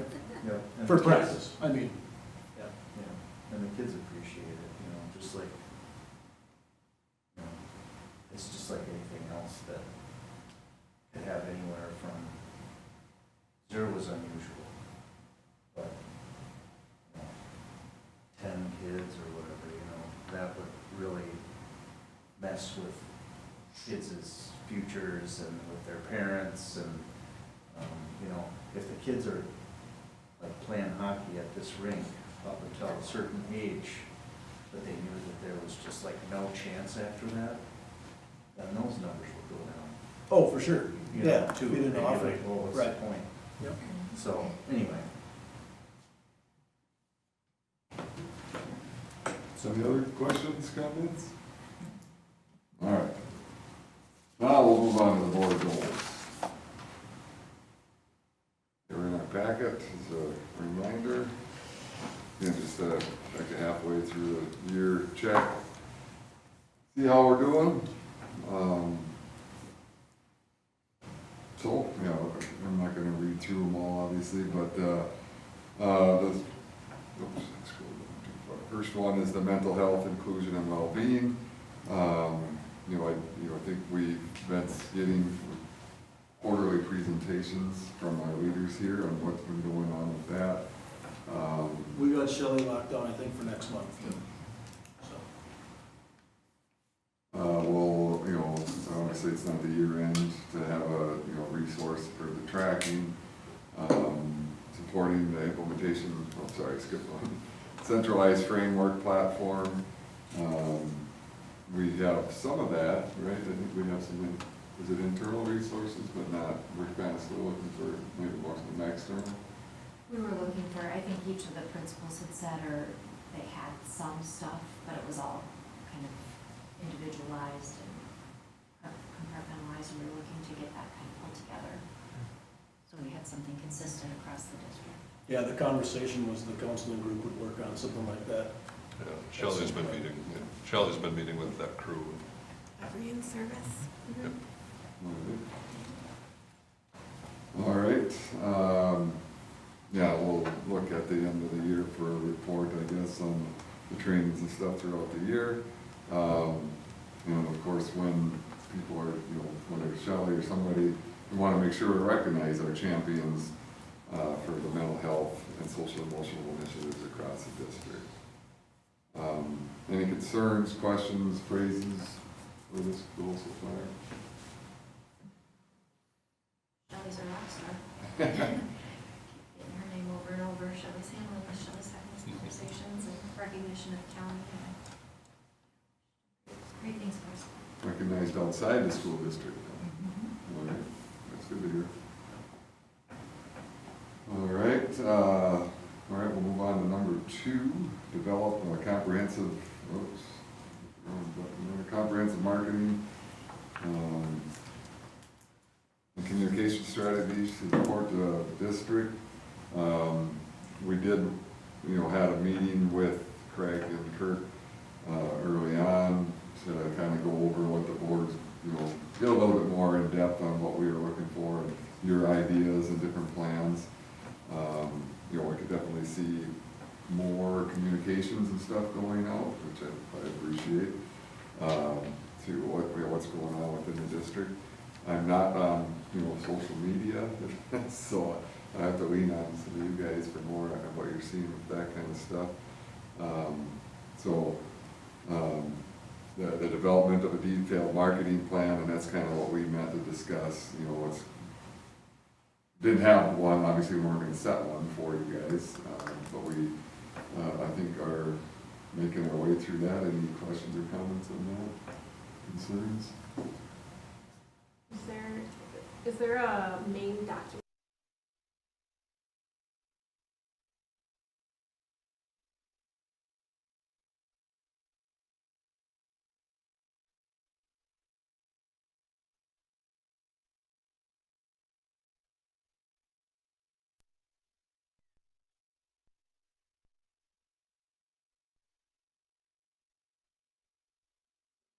Something like that together for an overall month by month. What's the big ticket items? Yeah, if everybody else is in agreement, I'd like to see like a full marketing strategy plan, high level, low level. Also maybe like calendar of new community ed offerings. I'd like to see more of that. Or perhaps like quarterly presentation, like in the first one? Or both? Either or? I don't personally feel like a quarterly presentation is necessary if we get a good idea of what the workflow is, what we're seeing throughout the calendar year. Yeah. The plan, at least in my mind, Tashina, is that we would have a plan to show you this is what the overall approach will be, yes. Yeah, some of that will replicate Correct. in the next year, and then of course as new things pop up, we can deal with them. Right. Because right now, we're seeing all the wonderful, like, day-to-day messaging, everything's going great, we got a lot of feedback. I think everybody's gotten feedback how the transparency is just fabulous. I just think, if we can have something more concrete, something that we can reference, like, okay, in the summer months, here's some projects that are being worked on. Yeah, like the 12-month cycle. Yeah, exactly, work for everybody, so. We'll figure it out. Yeah, that's doable. All right, so the last bullet, I think we just kind of covered, we talked about the multi-channel dissemination, different things. You guys are hearing positive things about that, so that's good. Scrolling down.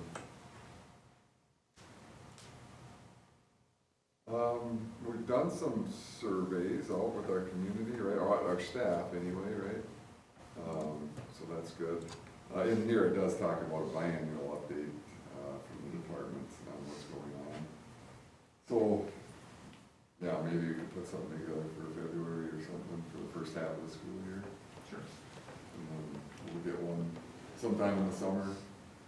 That would be welcomed. And then to promote increased visibility and storytelling of staff's and school achievements. Are we seeing that in our, the communications going out? with you? Absolutely, yes.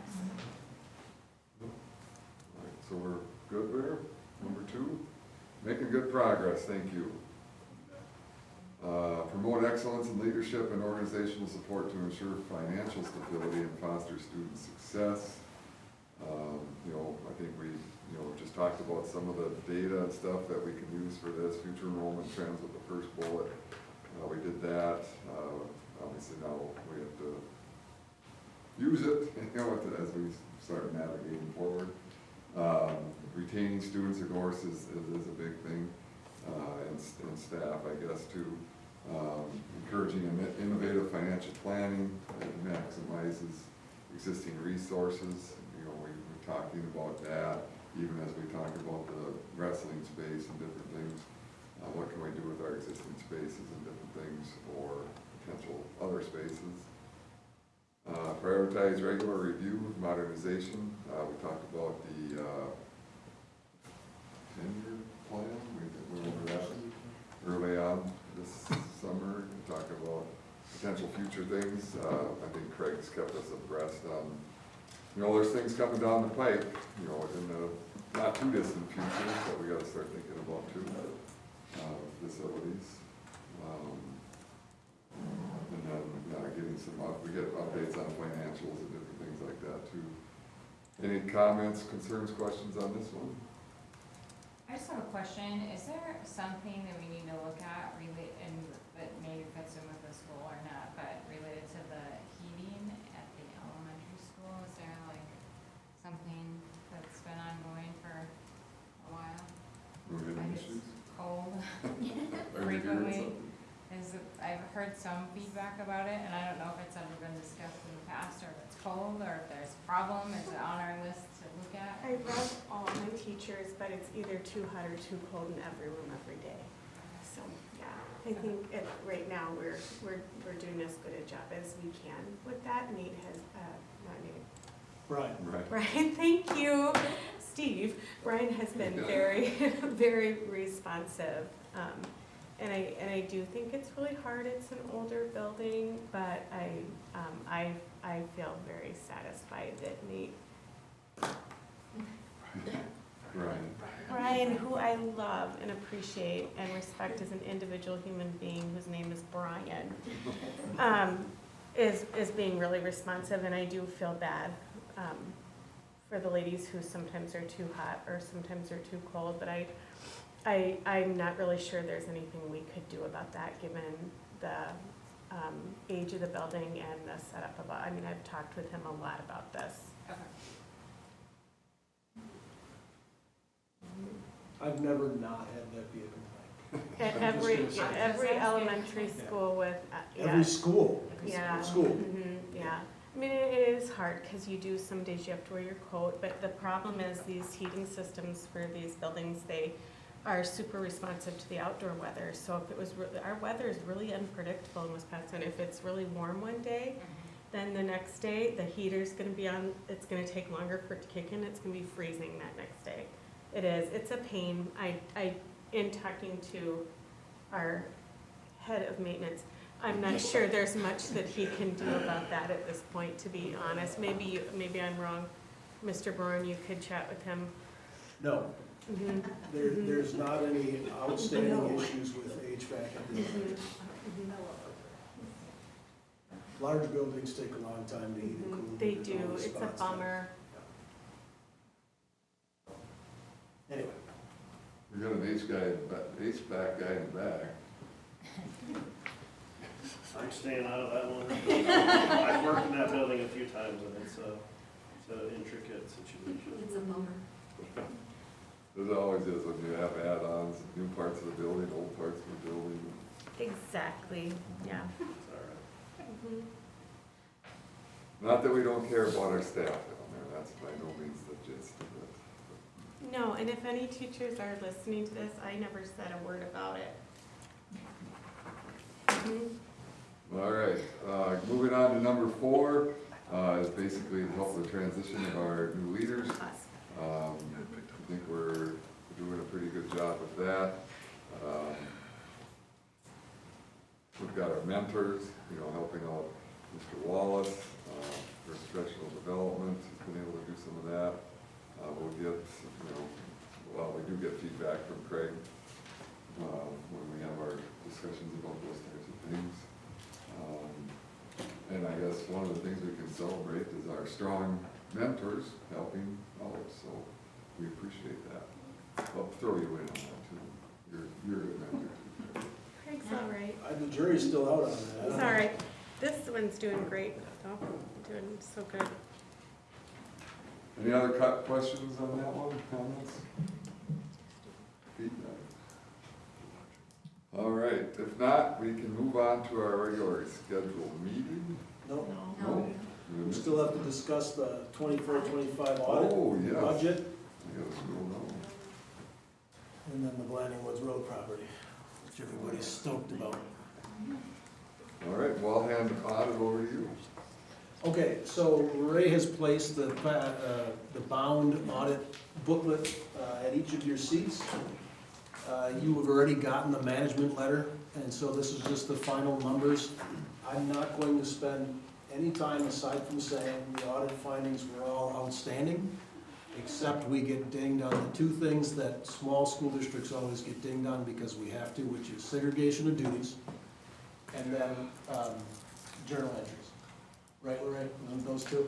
Same ones every year, yeah. So that happens on an annual basis for the most part, and other than that, though, it's a clean bill of health in the district. It is a financially healthy position. So, last year, if you recall, we had Jonathan from Clifton Allen come in and do the presentation, and what Lorraine and I talked about is we do probably every 2 years, because generally he's providing the same information with new numbers. So I think in a couple of years, it makes some sense. Any comments or questions on it? I know they're just looking at it, but I'm sure they'd be willing to entertain questions at another time. They all have it. Oh, yeah, we have to. That's for the budget, when you're ready. Those packets, I mean, that's your packet to keep if you want to take them home and read them at your leisure. Yeah, feel free to shoot a bunch of questions to Lorraine. In an email, so I can have time to look them up. Yeah. I'm kidding, of course, but you can ask anybody you want, myself or Lorraine, it doesn't matter. We good? All right, well, kudos to you guys for the budget work that you put into it, keeping us having a good audit report. Thank you. Yep. All right, Landing Woods. The 25-26 Oh, budget, just yeah. for reference, there's this is of course a high-level snapshot. Excuse me, being about 50% of the way, so I'm gonna push you all the way to the right-hand column. Fiscal year-to-date percentage, clearly we wanna see those between 40 and 50%, a little bit of jumping around. The one caveat that I'll bring to your attention is board superintendent, so that's 10E 230,000. My salary is budgeted elsewhere. So it's my salary, this is legitimately what the response is. So I'm super stoked about talking about myself. But my salary is actually budgeted or accounted for in the middle school, high school. That was incorrect. It's being properly coded to the board/superintendent, but the dollars for it are in a different category. So you're going to see that category, that 10E 230,000, be over budget Just this time or always? throughout this year. Because what we'll do is, you've got 2 options basically, and that is to run it, because when the school year comes to a close and you're finalizing your books, this is all going to roll down to a certain dollar amount anyway. So it's not, it's budgeted in a spot where there's not money allocated for it, but there's money allocated for it elsewhere, above. See what I'm saying? So it's not like we don't have the money, it's accounted for. Or you can do a budget amendment, and a budget amendment's a little bit of a pain in the butt, because ultimately when you roll it all the way down, you're at the same net in, net out. Making sense? So we'll track it, but it'll be tracked in appropriately, and you'll see that increase from the 108% it's currently to even higher before the end of the school year, fiscal year. So what category is it currently?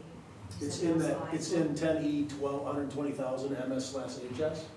So why is that number not artificially lower, but if this other number's artificially higher? Well, because first off, you're talking about a $3 million budget, item, yeah. and then versus a, 900,000. exactly, so there's that. And then there's also the idea that, it's about at 40%, I mean, so it's classification and would be is pointing to generally where we would wanna be. Well, and also, if you look at the 120,000 function in middle school, high school, a majority of the spending is done at the beginning of the year, but because of their supplies and everything they need to teach. Where superintendent board expenses are throughout the year. So, like, that's why, you know, you might be sitting at 40% already in the middle school, high school. But maybe a fair amount of what's happening in the last half of the year is not going to be spent there, it's gonna be spent on Craig. Yeah, The and that's- expenses are budgeted, the expenses are all here and budgeted, it's just in an inappropriate account, yes. Yeah, and what was I gonna say? Oh, that's not just my salary. No, it's not. There's many other things, legal fees, there's lots of stuff in there, in that category. Whatever. I don't think he was happy when I said, yes, it's your salary. Yeah. I said, oh, good. It's always a popular thing to discuss. All right, It's fine. now we are done. Yeah. All right, now we can move on to the. Unless there's other questions.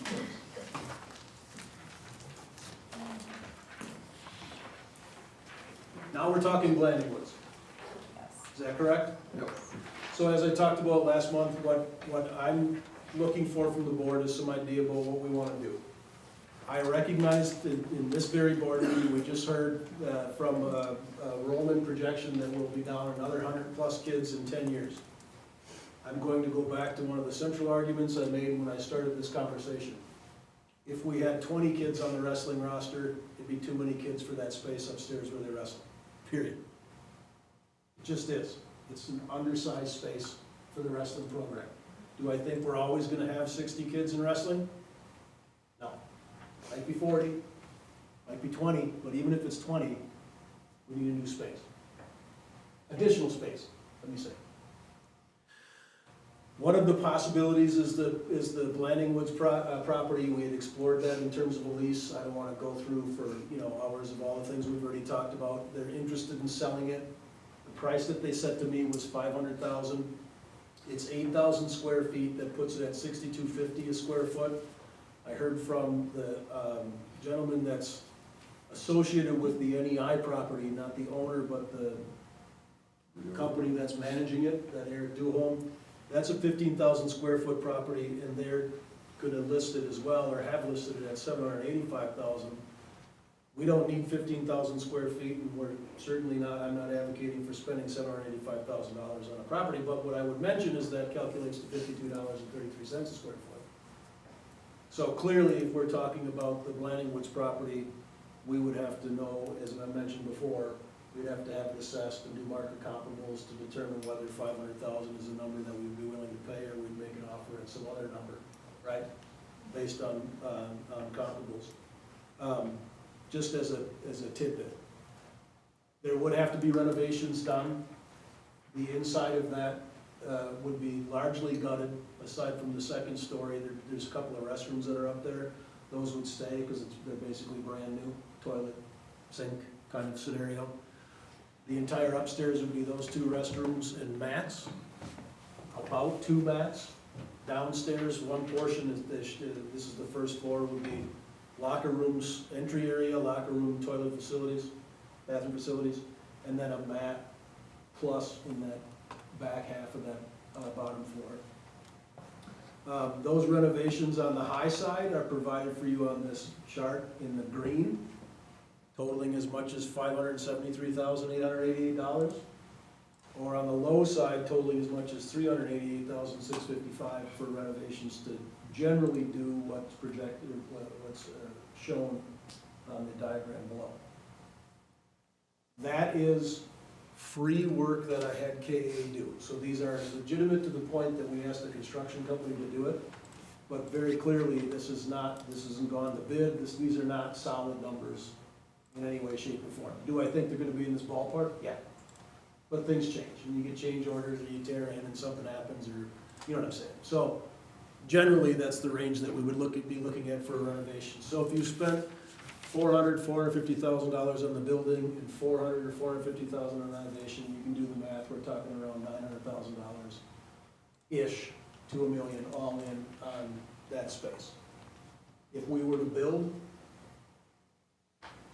a pole shed, but on our property, for example, according to Kraus, it's gonna be around $1 million too, $1 million plus. And then, of course, if we're gonna talk about legitimate, significant structural renovations at any one of our facilities, being the high school, the middle school, or the elementary, to make some modifications, you're talking about, at a minimum, 1.5 to 2.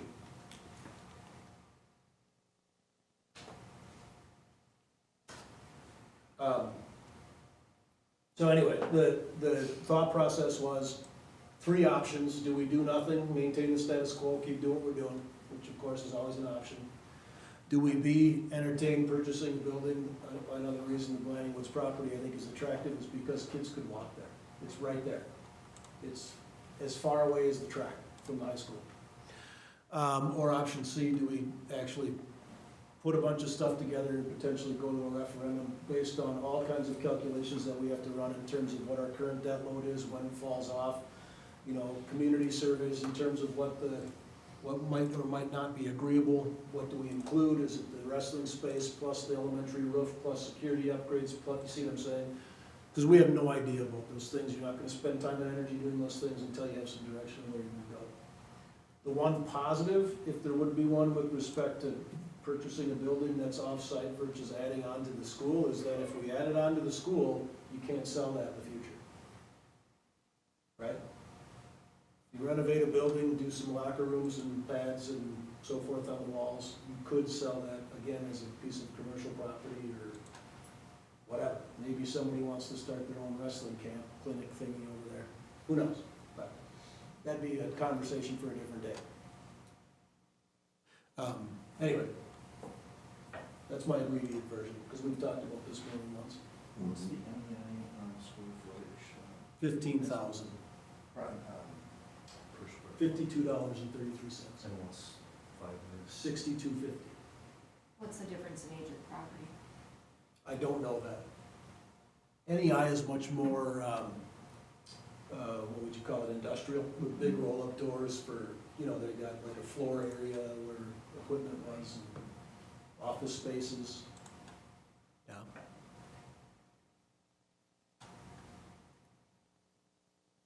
What do you be able to negotiate? Yeah, so for a school district, this wouldn't be a quick thing. We would, of course, like anybody else would, figure out via some phone calls. I think I'd probably talk with Ryan Heiss, the city administrator, something like, you know, do we know of anybody that can do a legitimate appraisal or pull some market comparables to give us a ballpark idea.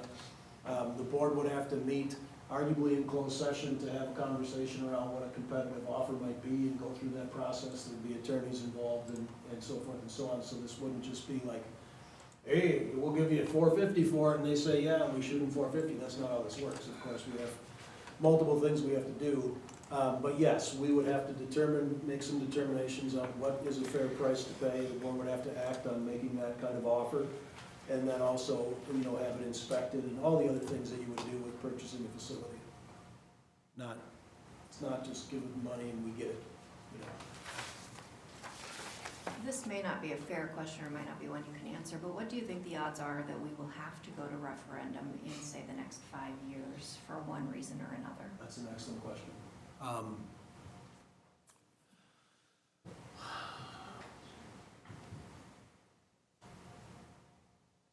It's really tough to say. I wouldn't be shocked in the next 5 years if we have to do a bond issue question or a levy override question for infrastructure improvements. Just, if you look at the 10-year plan, there's millions of dollars that are gonna add up over time that I don't think we can continue to piecemeal and say, we'll do 200,000 this year and 200, but you know what I'm saying? There's going to come a point, a critical point in the future where there's too many big ticket items to be rectified where you can't bust it up. Particularly if the state keeps doing what they're doing in terms of funding. And of course, declining enrollment. Well, with that kind of referendum, could you also lump in a capital project? Yes. If you did a bond issue, that would be a capital project. Another way you can accomplish that is via a levy override. And because levy override dollars are the same as any dollars that you take in, so it's revenue. But if, you know, the board creates a plan that says, well, we're gonna do a levy override for whatever, $2 million, but for the first 2 years, we're gonna spend $500,000 and $500,000 on the wrestling facility, and then the rest is gonna be, we're gonna do this, and that. You see what I'm saying? So you can use a levy override to do facility improvements as well. It just offers you a little bit more flexibility. Typically, a bond issue is something that you're going to construct, so then you're going to, you know, sell bonds like you did for the Fine Arts Center and the weight room, that kind of thing. Personally, I think if we're going to be, as a district, going to referendum anyway, it might make more sense to hold off. However, having said that, you make a good point that we could potentially sell this property if we picked up one that's off-site, although what's the market for it? I don't, this is my own personal opinion, there are a ton of buildings over there that are just vacant and can't get sold. So I don't know if that would be appealing, just me personally, looking at this as a selling opportunity later. Just my thoughts. Yeah. Knowing that there's buildings that are just. You never know demand. My You point never know would be, demand, but I. if we modified our structure and had a wrestling room added somewhere and did other things, it's ours. You have no chance, you can't sell, well, hey, There's no point. we'll sell you the wrestling room that's attached to the, Elementary school. you know what I'm saying, it doesn't work, so, yeah. Yeah, but I agree, Tashina, I don't know that there's clearly not a huge market for giant pole sheds in our area. There's also not a lot of space on our current school properties. Not without some fairly significant renovations and dirt work and earthwork and so forth, yeah. Have you guys gotten any feedback from the public? And we've talked about this a few times. Very little, personally. Well, I talked to a couple people about different things, not specifically about, you know, just asking thoughts on, you know, property and their feelings of spending money on other projects that are a priority, or, you know, is it you know, specific to just one group of individuals, or so it's mixed, I don't know, that's just mixed feelings. I've gotten some of that too, where, you know, they're not against adding space for wrestling, but if it was like a space that could be shared, you know, kind of like the gym is shared or whatever, Right. they'd be more in favor of it that way. Yeah, I heard about our locker rooms, you know, the, like, heating things, like, I heard about all kinds of things in conversation, so, I mean, kind of enlightening just to have, like, different conversations with community members about stuff and what their feelings are, so, I don't know, like, prioritizing and being strategic, I think is important, and again, not saying to not do something, but doing it the right way, or doing the right thing is important. I think one of the kind of misnomers is that we're calling this a wrestling space, and it would be a wrestling space, but we're not saying this is a space to alleviate the strain on the volleyball gym or the basketball gym, where it doesn't just impact wrestling, and calling it a wrestling space gives that implication that it is a wrestling issue. Yeah. When really it's a space issue. That's a good point. Right. Matt, what do you think? That's a tough one. Renting, so renting is not an option anymore for them. We could rent, they don't, I think anytime though that if you have rent versus purchase and we have the ability to purchase, it would make more sense, much like, yeah. Yeah, because also, well, I mean, we're gonna incur a certain monthly cost or annual cost, however it's billed out, and, we're still gonna have to do renovations to the building, we're still gonna have to put some things into it in order to make it a space. Maybe we need to, as a board, look over our 10-year plan again for maintenance and kind of agree on whether we believe that a referendum is probably necessary. Because if that's the case, then I would think we would want to put this together with that as opposed to doing two separate things, and get community feedback in that way. For sure.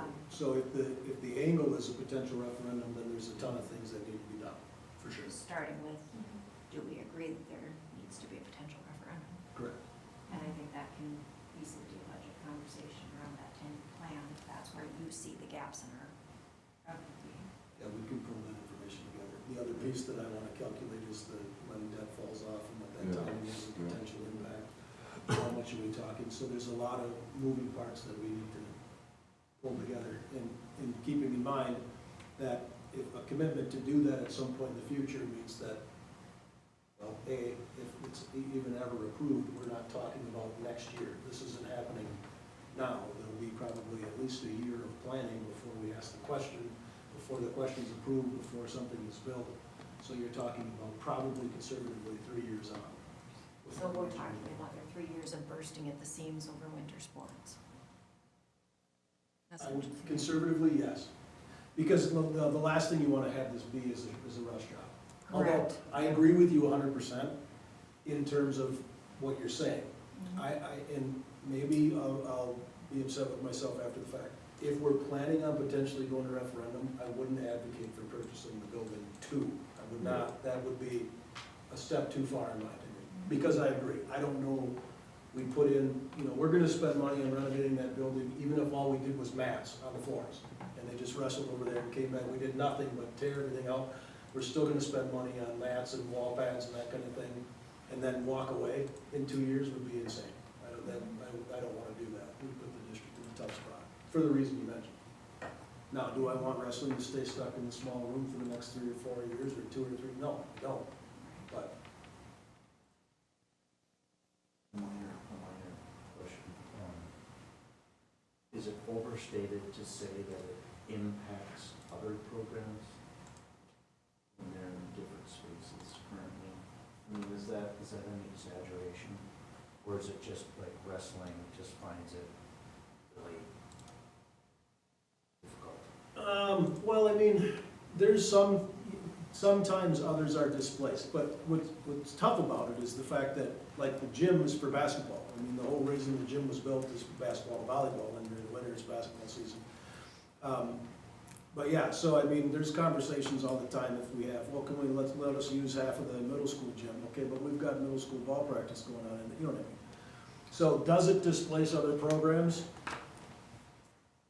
Not to a significant degree, but there's issues, there's pressure in other areas as a result of them not having enough space. So that's why they're using the stage right now, like some of the girls and the heavyweights come down and wrestle on the stage in the Fine Arts Center, and they just beg, borrow, and steal and find spots for it. Right, Frank? I mean, generally? Yeah, I mean, if you'll allow me to interject just for a second, I guess. If you went upstairs right now, they're having a youth practice, 2nd through 5th grade. And we have Monday nights, pre-K, kindergarten, 1st grade. We have right at 100 or 103 kids signed up for that program right now. I went up last night just while the girls were wrestling, stuck my head in there, and I kid you not, it's wall-to-wall kids wrestling everywhere. My son's a freshman this year, he was up there, and I was telling Craig last night, every day the first week he came home, he had a new scratch, a new bruise, a new cut, because he was getting kicked, hit, fallen upon, trying to wrestle in that small space. You know, like Craig said, we're trying to make room. 2 of them heavyweight kids, they take up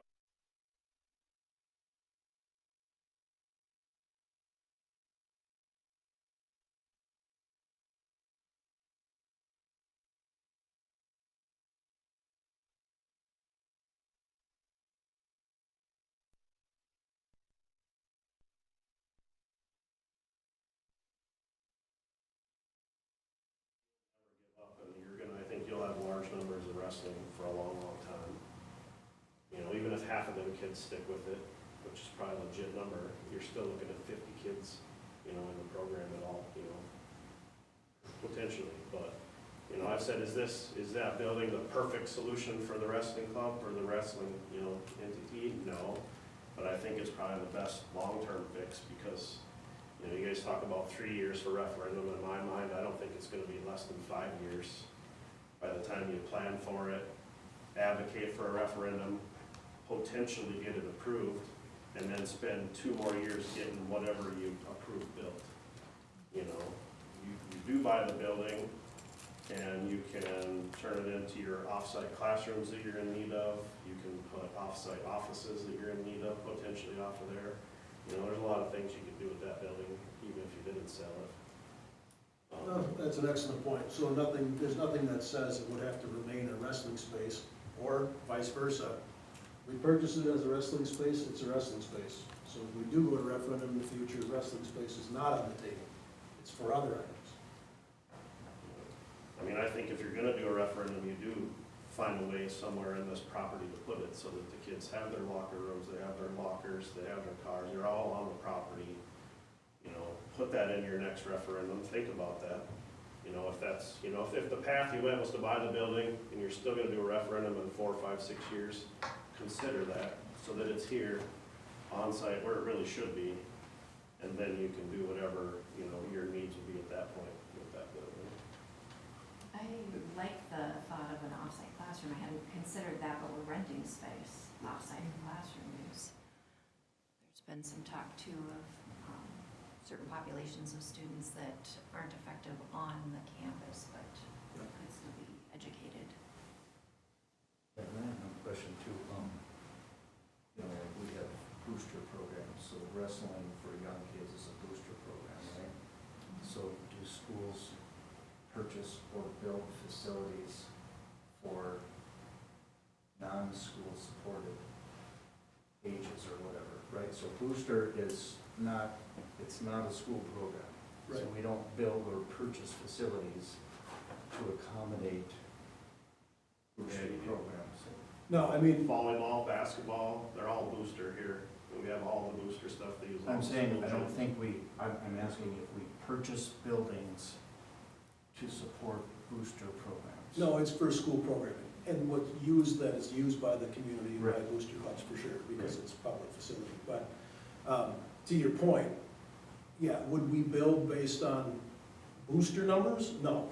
Yeah. But to Frank's point, if you have 100 kids involved in K in first grade, the idea that 50 of them are probably still gonna be going out, or even 25 at 2 grade levels, and by the time they're in middle school, this problem's gonna be continued.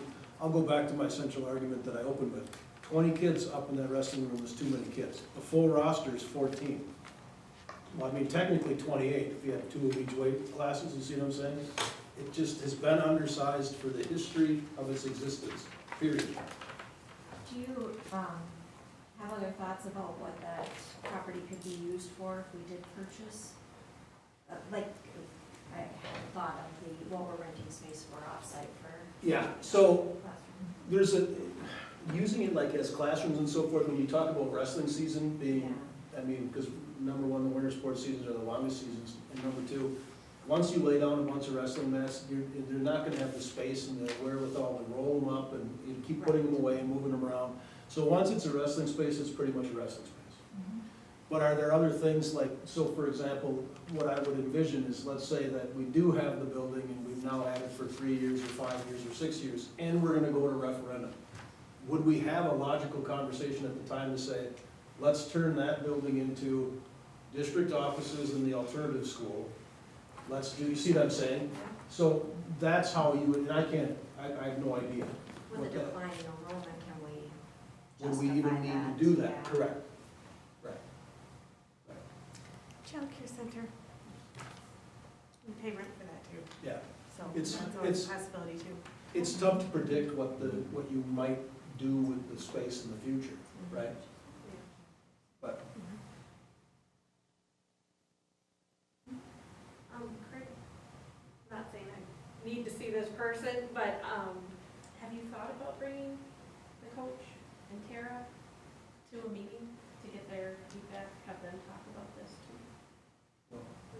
coach and Tara have met with me numerous times, and we've talked about the approach, and I would hope that they have the ability to speak to me like a human being, and if they're in a disagreement and so forth, then we'd be aware of that.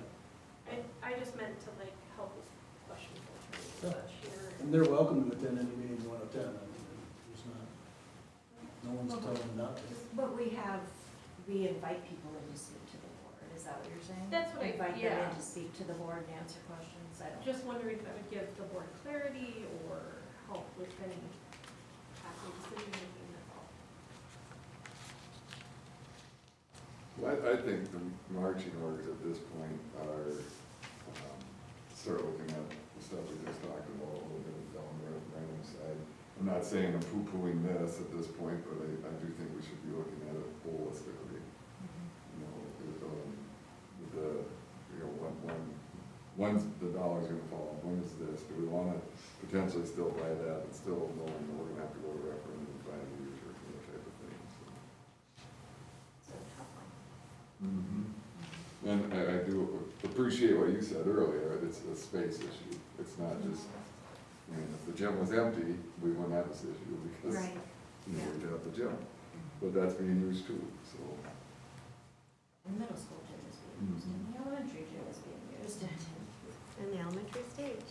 and the performing arts center stage apparently. Yep. Yeah. So, yeah, so back to maybe a summary, you're saying, okay, slapping a wrestling label on it is really not fair because it's, or not completely fair because it's, they have to wrestle everywhere, like in 5 spaces now, and it's just such a mess, so chaotic. Yeah, we're not asking our basketball team to divvy up and practice across several gyms or in the hallways or. Yeah, the freshmen go to, Yes. the freshmen go to the Dresser Elementary Gym, and Yeah. the sophomores go, Yeah. Although it'd be easier just for basketball. Okay, so I want to make sure I'm doing what you want me to do. You want to hear from the coach and Tara. Do we? That was just something. I was that just, if us- nobody thinks there's value in it, totally fine. And that's not my point. My point, because there's value in hearing from anybody. But I just want to make sure that you folks are clear. I've never told anyone not to come here and talk about it. And if they were sitting, I wouldn't care. I've also not purposefully invited them because frankly, it's rare that you have staff engagement. Like, I don't want to get in a position as a school superintendent where the baseball coach is going to sit out there and decide how he's going to scream at you guys about a turf baseball field, for example. That's not an appropriate flow of information, that's not an appropriate circumstance. I'll also say that this isn't because Joe came to me and said, we need more wrestling space. This is because, again, I'm a rational human being looking at kids in a space that's way too small for kids to be in, period. It could be the freaking dance studio if we had a dance team that was too large for the space that they're practicing in. So it's really irrelevant of the coach and the athletic department. And I guess I can't emphasize that enough. I don't want a scenario where staff members parade in here and tell you guys what we're supposed to do, because then I'm not doing my job, and I'll find a different one to do, because I don't think that's appropriate. I also don't think it's appropriate if I advocate for something for a program, but on the backside they go, oh, we won't do it anyway. That would be insane. Then we have another problem, which is speak your mind before it gets to a point where, you know, because this has also not been a closed-door mystery. I don't think anybody's surprised by the conversation. It's like the 4th time we've talked about it. And if there's community members that are like, oh, where'd this come from? That's not on me. It's not on me. So with that being said, I just want to ensure that I'm doing what you folks want me to do, so that when the question comes up again, we're not about, well, what about bringing this person and do this and then do that? You see what I'm saying? Because this is now year 2 that we're going on talking about it, at least the 3rd or 4th time. And I don't mean to scold you, I just want to make sure I know what to do. I mean, I get the fact that you want to see numbers facility-wise, absolutely. We can start pulling that information together, we can run numbers in terms of, I don't know how much we'll get done by February, but we can absolutely have some of those details together. About would a referendum work, what's the dollar amount, what are we talking about in terms of, we already know the wrestling space, 1.5 to 2. We want just wrestling, you see what I'm saying? There's a lot of things, but we can start building block, Lego some things together so you get a general idea. Well, I would like to, I mean, this is me, right, to entertain, you know, I know we talked about this before, what would it be to be more multi-purpose? Yep. You know, what is that, you know, and that may be too much of a stretch for what we want to, you know, shoot for, but at least we can provide a, you know, somewhat of a number and say, you know, it's too high. But I- And another quick question. You've got girls program, boys program. In other sports, basketball, say, girls get the gym, and the boys get the gym after or before. Is that how wrestling is handled also? Not all at once, at one time, say 3:45 until 5:30. It's, you know, hockey, basketball, et cetera, it's one, and then one gets the after, usually. Yeah, it kind of depends. So now with how girls wrestling is working is that they are becoming two more distinct separate teams, although there's still quite a bit of overlap. So there's times when our girls will go wrestle and the boys have practice, or they're doing a different tournament or duel or whatever the case may be. So there's a little bit of that delineation, but generally they're together, and part of that's for the coaching approach. Think about it like in terms of track, right? So you got whatever, Yeah. 40 track kids and 4 coaches, and you're kind of piecing them together in that capacity. Yeah, all And it's not like we're doing boys track first and then girls track second. That's where there's a little bit more similarity with wrestling like track than basketball. You know what I mean? In basketball, right, it's still high school, elementary school, and then the middle school has theirs, and then if there's a game, you know, the other team's over at the elementary school type of thing. So we don't have separate coaches, basically. We don't have. We do. We have a girls coach. Yeah. Does that, okay, so it's hard to predict numbers again. We talk about enrollment and all that stuff. So right now we have how many girls again? 20? No, not that many. I pulled the numbers for the last meeting. I don't remember off the top of my head. 8? Mike, does that sound right? Yeah, I think so. It was just 8? picturing You the know, girls. Frank? I think that's what wrestled last night. I think there's like about a dozen that started the year. I don't know exactly where they're at. Okay, so it wouldn't, it's Call not, it. it's not 50/50. No. So it's, you. It'll be more next year. Yeah, there's about 8 or 9 There's quite a 8th few grade eighth girls that'll graders be coming out next year. So it'd be almost double. You know, almost double next year. And you gotta remember, we have middle school boys and girls that are all a part of this whole situation with lack of space too. I mean, For sure. we've kind of spearheaded a off-season of girls wrestling in middle school for the fall, because our middle school boys have to wrestle on the stage at the elementary school, because that's the only space they have. And so when we started introducing girls, there was physically no room. And when the boys' team was big enough, they would spend half their night in the weight room, and then change clothes, walk all the way to the elementary school, wrestle for half the time, and it's a great big time waste, but that's what they were having to do because there was no space for even the middle school kids. And so now we started a fall season just for middle school girls, so they can have their own stage time, their own practice time. You know, is that gonna stick forever? I don't know, but it's, you know, it's an issue from kindergarten all the way through senior high school. Yeah. And just as a point of clarity, I think there is only one head wrestling coach and one assistant coach, or several assistant coaches. So the girls don't have a head wrestling coach. Like when you have girls basketball and boys basketball, they each have their own head coach. There's one head coach. And So that it's would be a burden on the head coach to basically do 2 shifts. Yeah. yes. Home life Mhm. would be Yes. destroyed. All right. Did you get that, Lorraine? How are you transcribing that? We'll just skip that.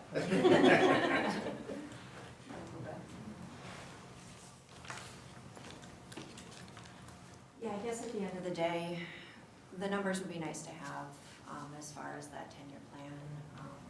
I know when debt's falling off, some of those numbers would be nice to have, I think, I have more than one board member saying that.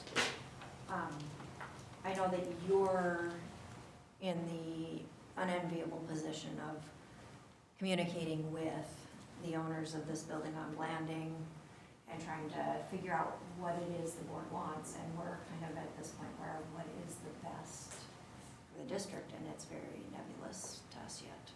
We're looking for something to gel and it hasn't been. And price, Tashina mentioned that, you know, she wonders if, essentially, if I understand correctly, they want 500, and if we owned it and had to sell it, is it worth 300, really?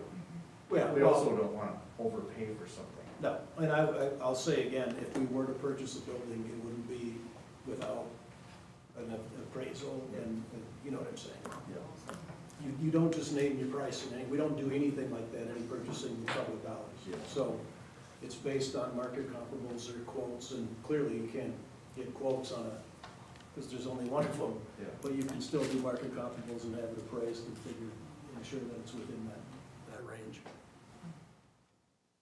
Okay, well, that's what we'll do, and you might have something next month, you might not, I'll put it that way, but it'll be as soon as I can get it pulled together. And I think as individual board members, if we have questions or thoughts as that time passes, definitely run them by Craig, because anything we can do to kind of help this come together, or a decision to be made instead of leaving a program and Craig in limbo. You know how to get hold of me? Hasn't changed. No. All right. All right, I'm gonna ask for a 5-minute break. Great idea. I gotta stand up.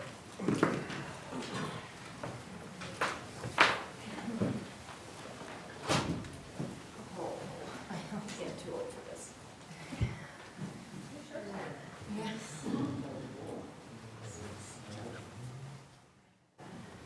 Based on last time. Oh my God. I don't know. I was optimistic. I'm a half full guy.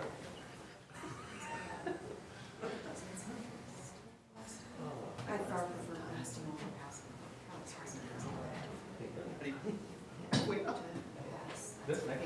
Like if you're gonna get a kid, you just don't get one too big to pass. Yeah. Don't want any little ones. You know the part you're here for. What's the size? 6 foot.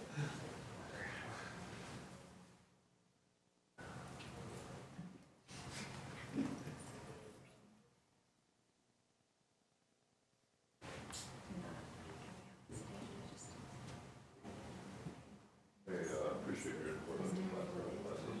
Yeah. It's tricky. There's a couple layers of trickiness here. One being, you're not thoroughly knowing what all this means. And Right. two, Gilby, Mr. Gilbert, Yep. Gilby, I assume you figured that out. Gilby being retired and working part-time, to what extent does that continue? Nobody knows. He's offered this stuff to him. Yeah. So he has to tell us his What is, I mean, is he just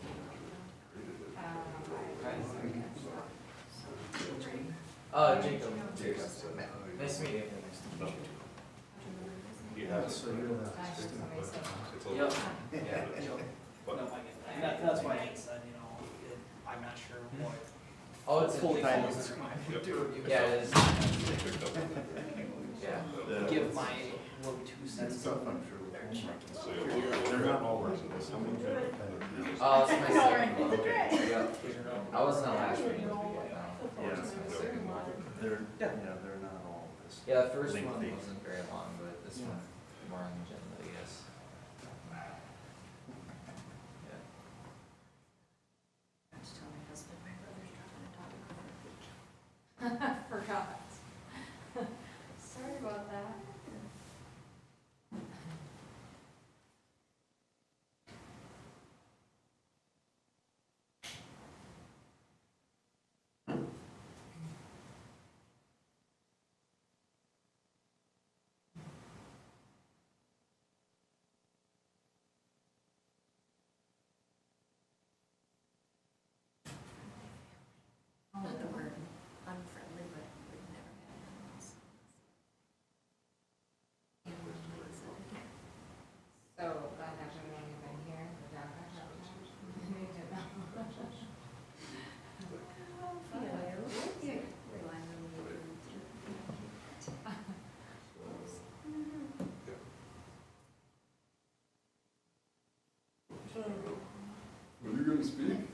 No, I was just here to say hi and, This is Gus Larson there. Oh. Nice to meet you. To be. yeah, New tech teacher. yeah, Alright. see what's going on and kind of figured this was a good way to meet. Yeah. It's almost three. Yeah, Yeah. true. I mean, so, Yeah. 8:15. So they work it, and they do a good job, so if you wanna stop by. Yeah, they're. I did tell them I was gonna do it. But I didn't do that. So I'm already apologizing. Yeah. It's no worries. That's why I had to bring up the granola bar. So you've been in getting the little. Kind of stuff. I felt like it was fair. Yeah, I'm fine with it, to be honest. Watch the Even if I car lost races all in my middle money, I was school. down. Do some Yeah, Done, I did not, I had a bad feeling about the whole thing, they were shysters. Well, thanks for coming in.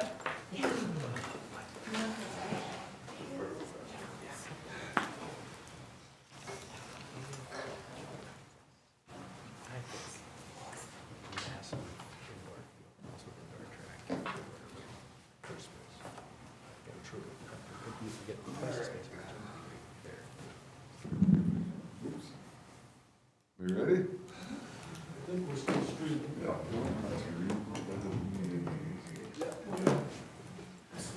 Should be.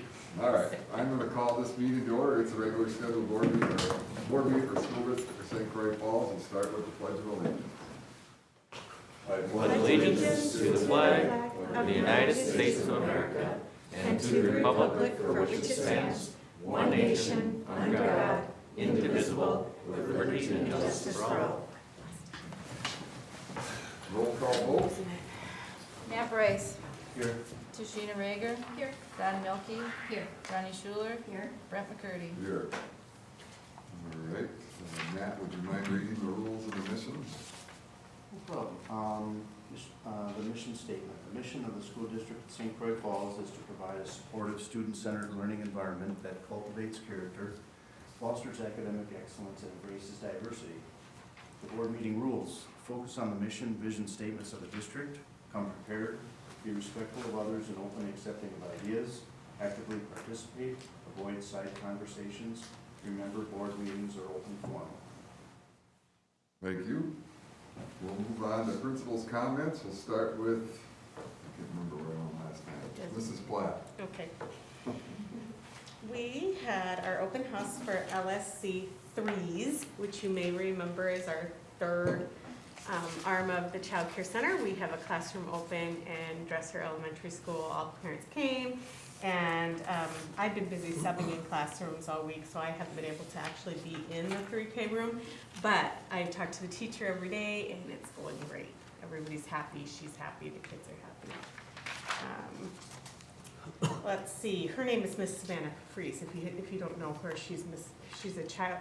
I have such a hard time with the whole teacher thing because you call it teacher in child care, but it's not the same as a certified teacher.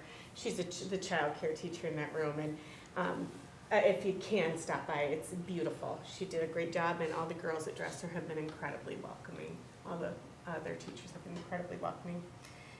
It is IEP season. Maybe you guys are in that same phase. We are working hard to meet the needs of kids and families. You may have heard that we had a second grader who was recognized by the St. Croix Falls Police Department for making the 911 call that saved his grandmother's life. Absolutely delightful experience, and we're very grateful for the law enforcement who came out to honor him and to teach all our kids about why 911 and knowing how to call it is very important. Our new system that I think is what Brian Craig got on her phone is amazing. So now when there's a 911 call, Craig and I both got an immediate notice. So I could be at the spot where the 911 call was made before the teacher even told me she had made the 911 call, which is just incredible. And I also just want to publicly thank the first responders who came out. The kids fine. Kirk and Derek are both first responders that work in our school district. They were there within minutes, and before the whole ambulance came. Pretty amazing. And 131 students completed our winter reading challenge, and they celebrated with the polar party, and we're very proud of them. A bowler party? Yeah, I was hoping no one would ask what that was. Since you said- I just wanted to make sure. Yes, you heard it correctly. All right. All right. Party in the universe. You know it, girl. How many kids are in the 3K room? Or 10, three? and that's a cap, so you can only, the caps, once kids get into 4K, the state doesn't care what happens. But before 4K, the rules and regulations are this thick. So the max is 10, and that has to be with a co-teacher. That's just because they trust public schools so much. Oh, that's what it is. Good. That's optimistic. I like that. It's very optimistic. Rose-colored glasses. All right, Mr. Wallace. All right. We've been looking at our current schedule and looking for ways to tweak and make some slight changes. Ultimately, with cooperation with Mr. Wilson and talking with Mr. Cray, we're going to use some tweaking with the middle school schedule to get all of our bells aligned. Right now, after the first bell of the day, there's not a single bell that is in common for 5th through 8th grade. It's kind of chaotic down there. So in doing and making the change, moving the wind to the end of the day, it allows for some flexibility with our staffing for special ed. It allows us to chase that bubble group that we've got in the 5th grade with more sections, and we can chase that group through the middle school. Allows for some simplification of special ed staffing as well, both with paras and special ed teachers. So not really a major shift in the minutes of the day. Our minutes within the class periods are currently, our core classes are 58 minutes and our specials are 45-ish minutes. By going just to a straight 51-minute class periods for everything, it allows us to have a lot more flexibility. And it's should be a welcome change, especially with also having our win at the end of the day. We aren't missing lots of instructional minutes with all the middle school athletics that leave early all year round. It's not just a spring thing for middle school, it's an all year round thing. It's the early sporting events. So should be a positive shift in middle school. Our leadership team is meeting with Aaron Belarger from CISA to keep working on our middle school behavior systems during the in-service day coming up next week. So we're excited to kind of build on the progress we've made and look to refine what we've been working on to this point going forward. Middle school athletics, we're wrapping up, we're switching gears to our next set of winter sports. Our middle school boys will be wrestling now. Middle school girls playing basketball, so we flip-flop that from what we had prior to winter break. So those seasons are underway, and they've got good numbers in both programs there. Last thing here, just to highlight, congrats to Mr. Wandra. He was selected to serve on the State Superintendent's Reading Advisory Council. What that does, not exactly sure, but he agreed to be a part of that program through some of the stuff he's been working on through his writing project in Madison. So he's representing Northwestern Wisconsin, and congrats on the recognition. So. Thank you. Mr. Wilson. Sweet. First thing I'd like to do is introduce the guest in the back of the room. I feel guilty that I invited him tonight because it's a 3-hour board meeting. But this is Mr. August Gus Larson, our soon-to-be officially new technical education teacher. So welcome, Gus. So We're not normally this long. He's been patient and enjoying the night, I know. So he'll be starting on Monday. Yay. Assuming you improve things here a little bit, obviously. But so that's Gus. Great. Thanks for coming. As Mr. Wallace said, we've been working on master schedule things, and we've been working side by side and making sure things overlay very cleanly. And our high school master schedule next year won't be changing much. We hopefully will be adding some additional skinnies to make sure that we can accommodate some different types of needs, but for the most part staying in a block schedule, just tweaking a few classes, or adding some additional 45 minutes out of the hour and a half period. So that should be good. And that seems to be working well. We'll obviously continue to iron that out. Next Wednesday is the next academic and career planning day, in which our advisory teachers are meeting with our high school kids, and we'll be doing scheduling. So talking about next school year already, which is wild. Yeah, wild. But that'll be good. And then we'll spend, next Wednesday will be the kickoff of that, and then the advisory teachers are working, with student by student through their advisory, helping them with their next year and following year plans. Figured out their schedules. Mr. Vickerman, business ed teachers, met with CISA people with, regarding Carl Perkins and youth apprenticeship and school to work programming to get up to speed on that. And I have got a meeting scheduled with him mid-February to regroup our school to work and youth apprenticeship opportunities. With the transition in staffing, the program kind of flattened out a little bit. And we're doing what we need to do, but it's not where it could be. So we're going to work on enhancing that and building that back up to where it should be to make sure that students are getting what they need out of that programming. And he was pretty excited when he came back. He learned a lot. His mind was swimming with ideas. And then the last but not least on my list is Ms. Rose is coordinating our athletic signing day, plural. So if you remember last year, we condensed, every season we may have a senior who's going out to play an athletic event in college. And what we've done, and last year went really, really well, was created a signing day to celebrate all those kids at once.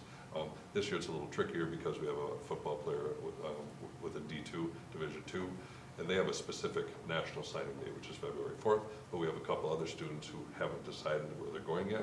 So we're gonna do a February 4th one with he and two of his buddies, and then we'll have a later date one in April, and we have a couple girls that are making some final decisions, so.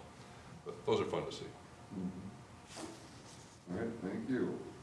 Mr. Rohr, I think I've said enough. I'm gonna reserve any additional comment. are you sure? Well, yeah. People tune in just to hear you. I doubt that's the case. I doubt that's the case.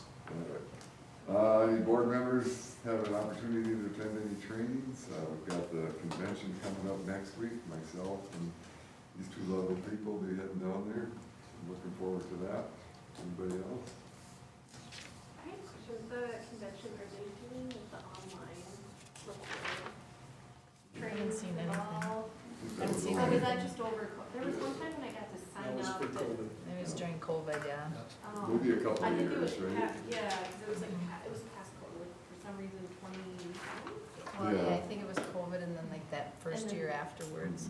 Okay, Yeah, but because they they didn't only have like continue half the that. attendance. Okay, Yeah. gotcha. I did that too, the COVID one, but Okay, I just wasn't sure if that was like a separate track that people could like sign up for after the event, where they have all the recorded trainings, and they can go and watch them on your phone or anything like that. I don't know about that, but I have been looking around and I do see that a lot of the PowerPoints are out there. If you look at the agendas, you might see something you might want to look, you might go look at the presentation, at least doesn't provide you a lot of too much detailed information, but I haven't seen that.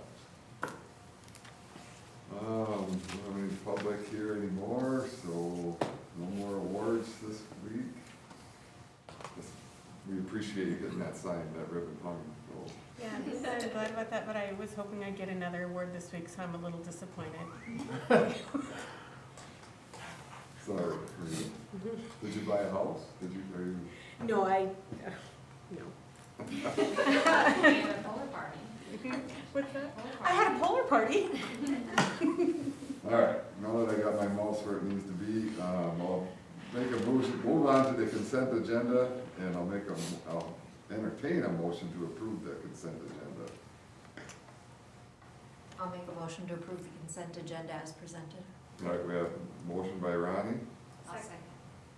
second by Tashina. Any further discussion? All those in favor say aye. Aye. Opposed? Motion carries.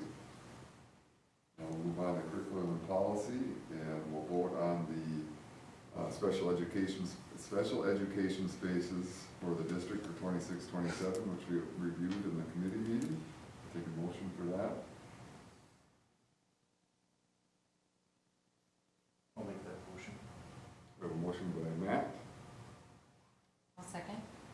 second by Don. Any further discussion? All those in favor say aye. Aye. Opposed? Motion carries. We'll move on to the district calendar for 26-27 school year. I'll make the motion to approve the 26-27 district calendar as presented. We have a motion by Don, second by Tashina. Any further discussion? All those in favor say aye.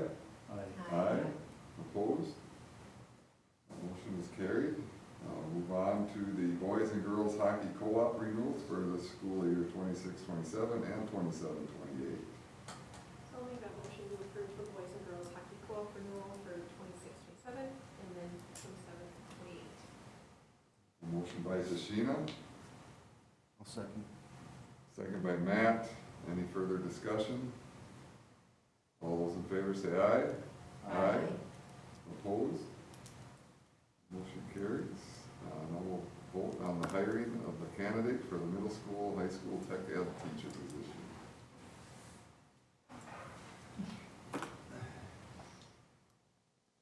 Are you pulling something up? Oh. Oh my God. I was like, what are we doing?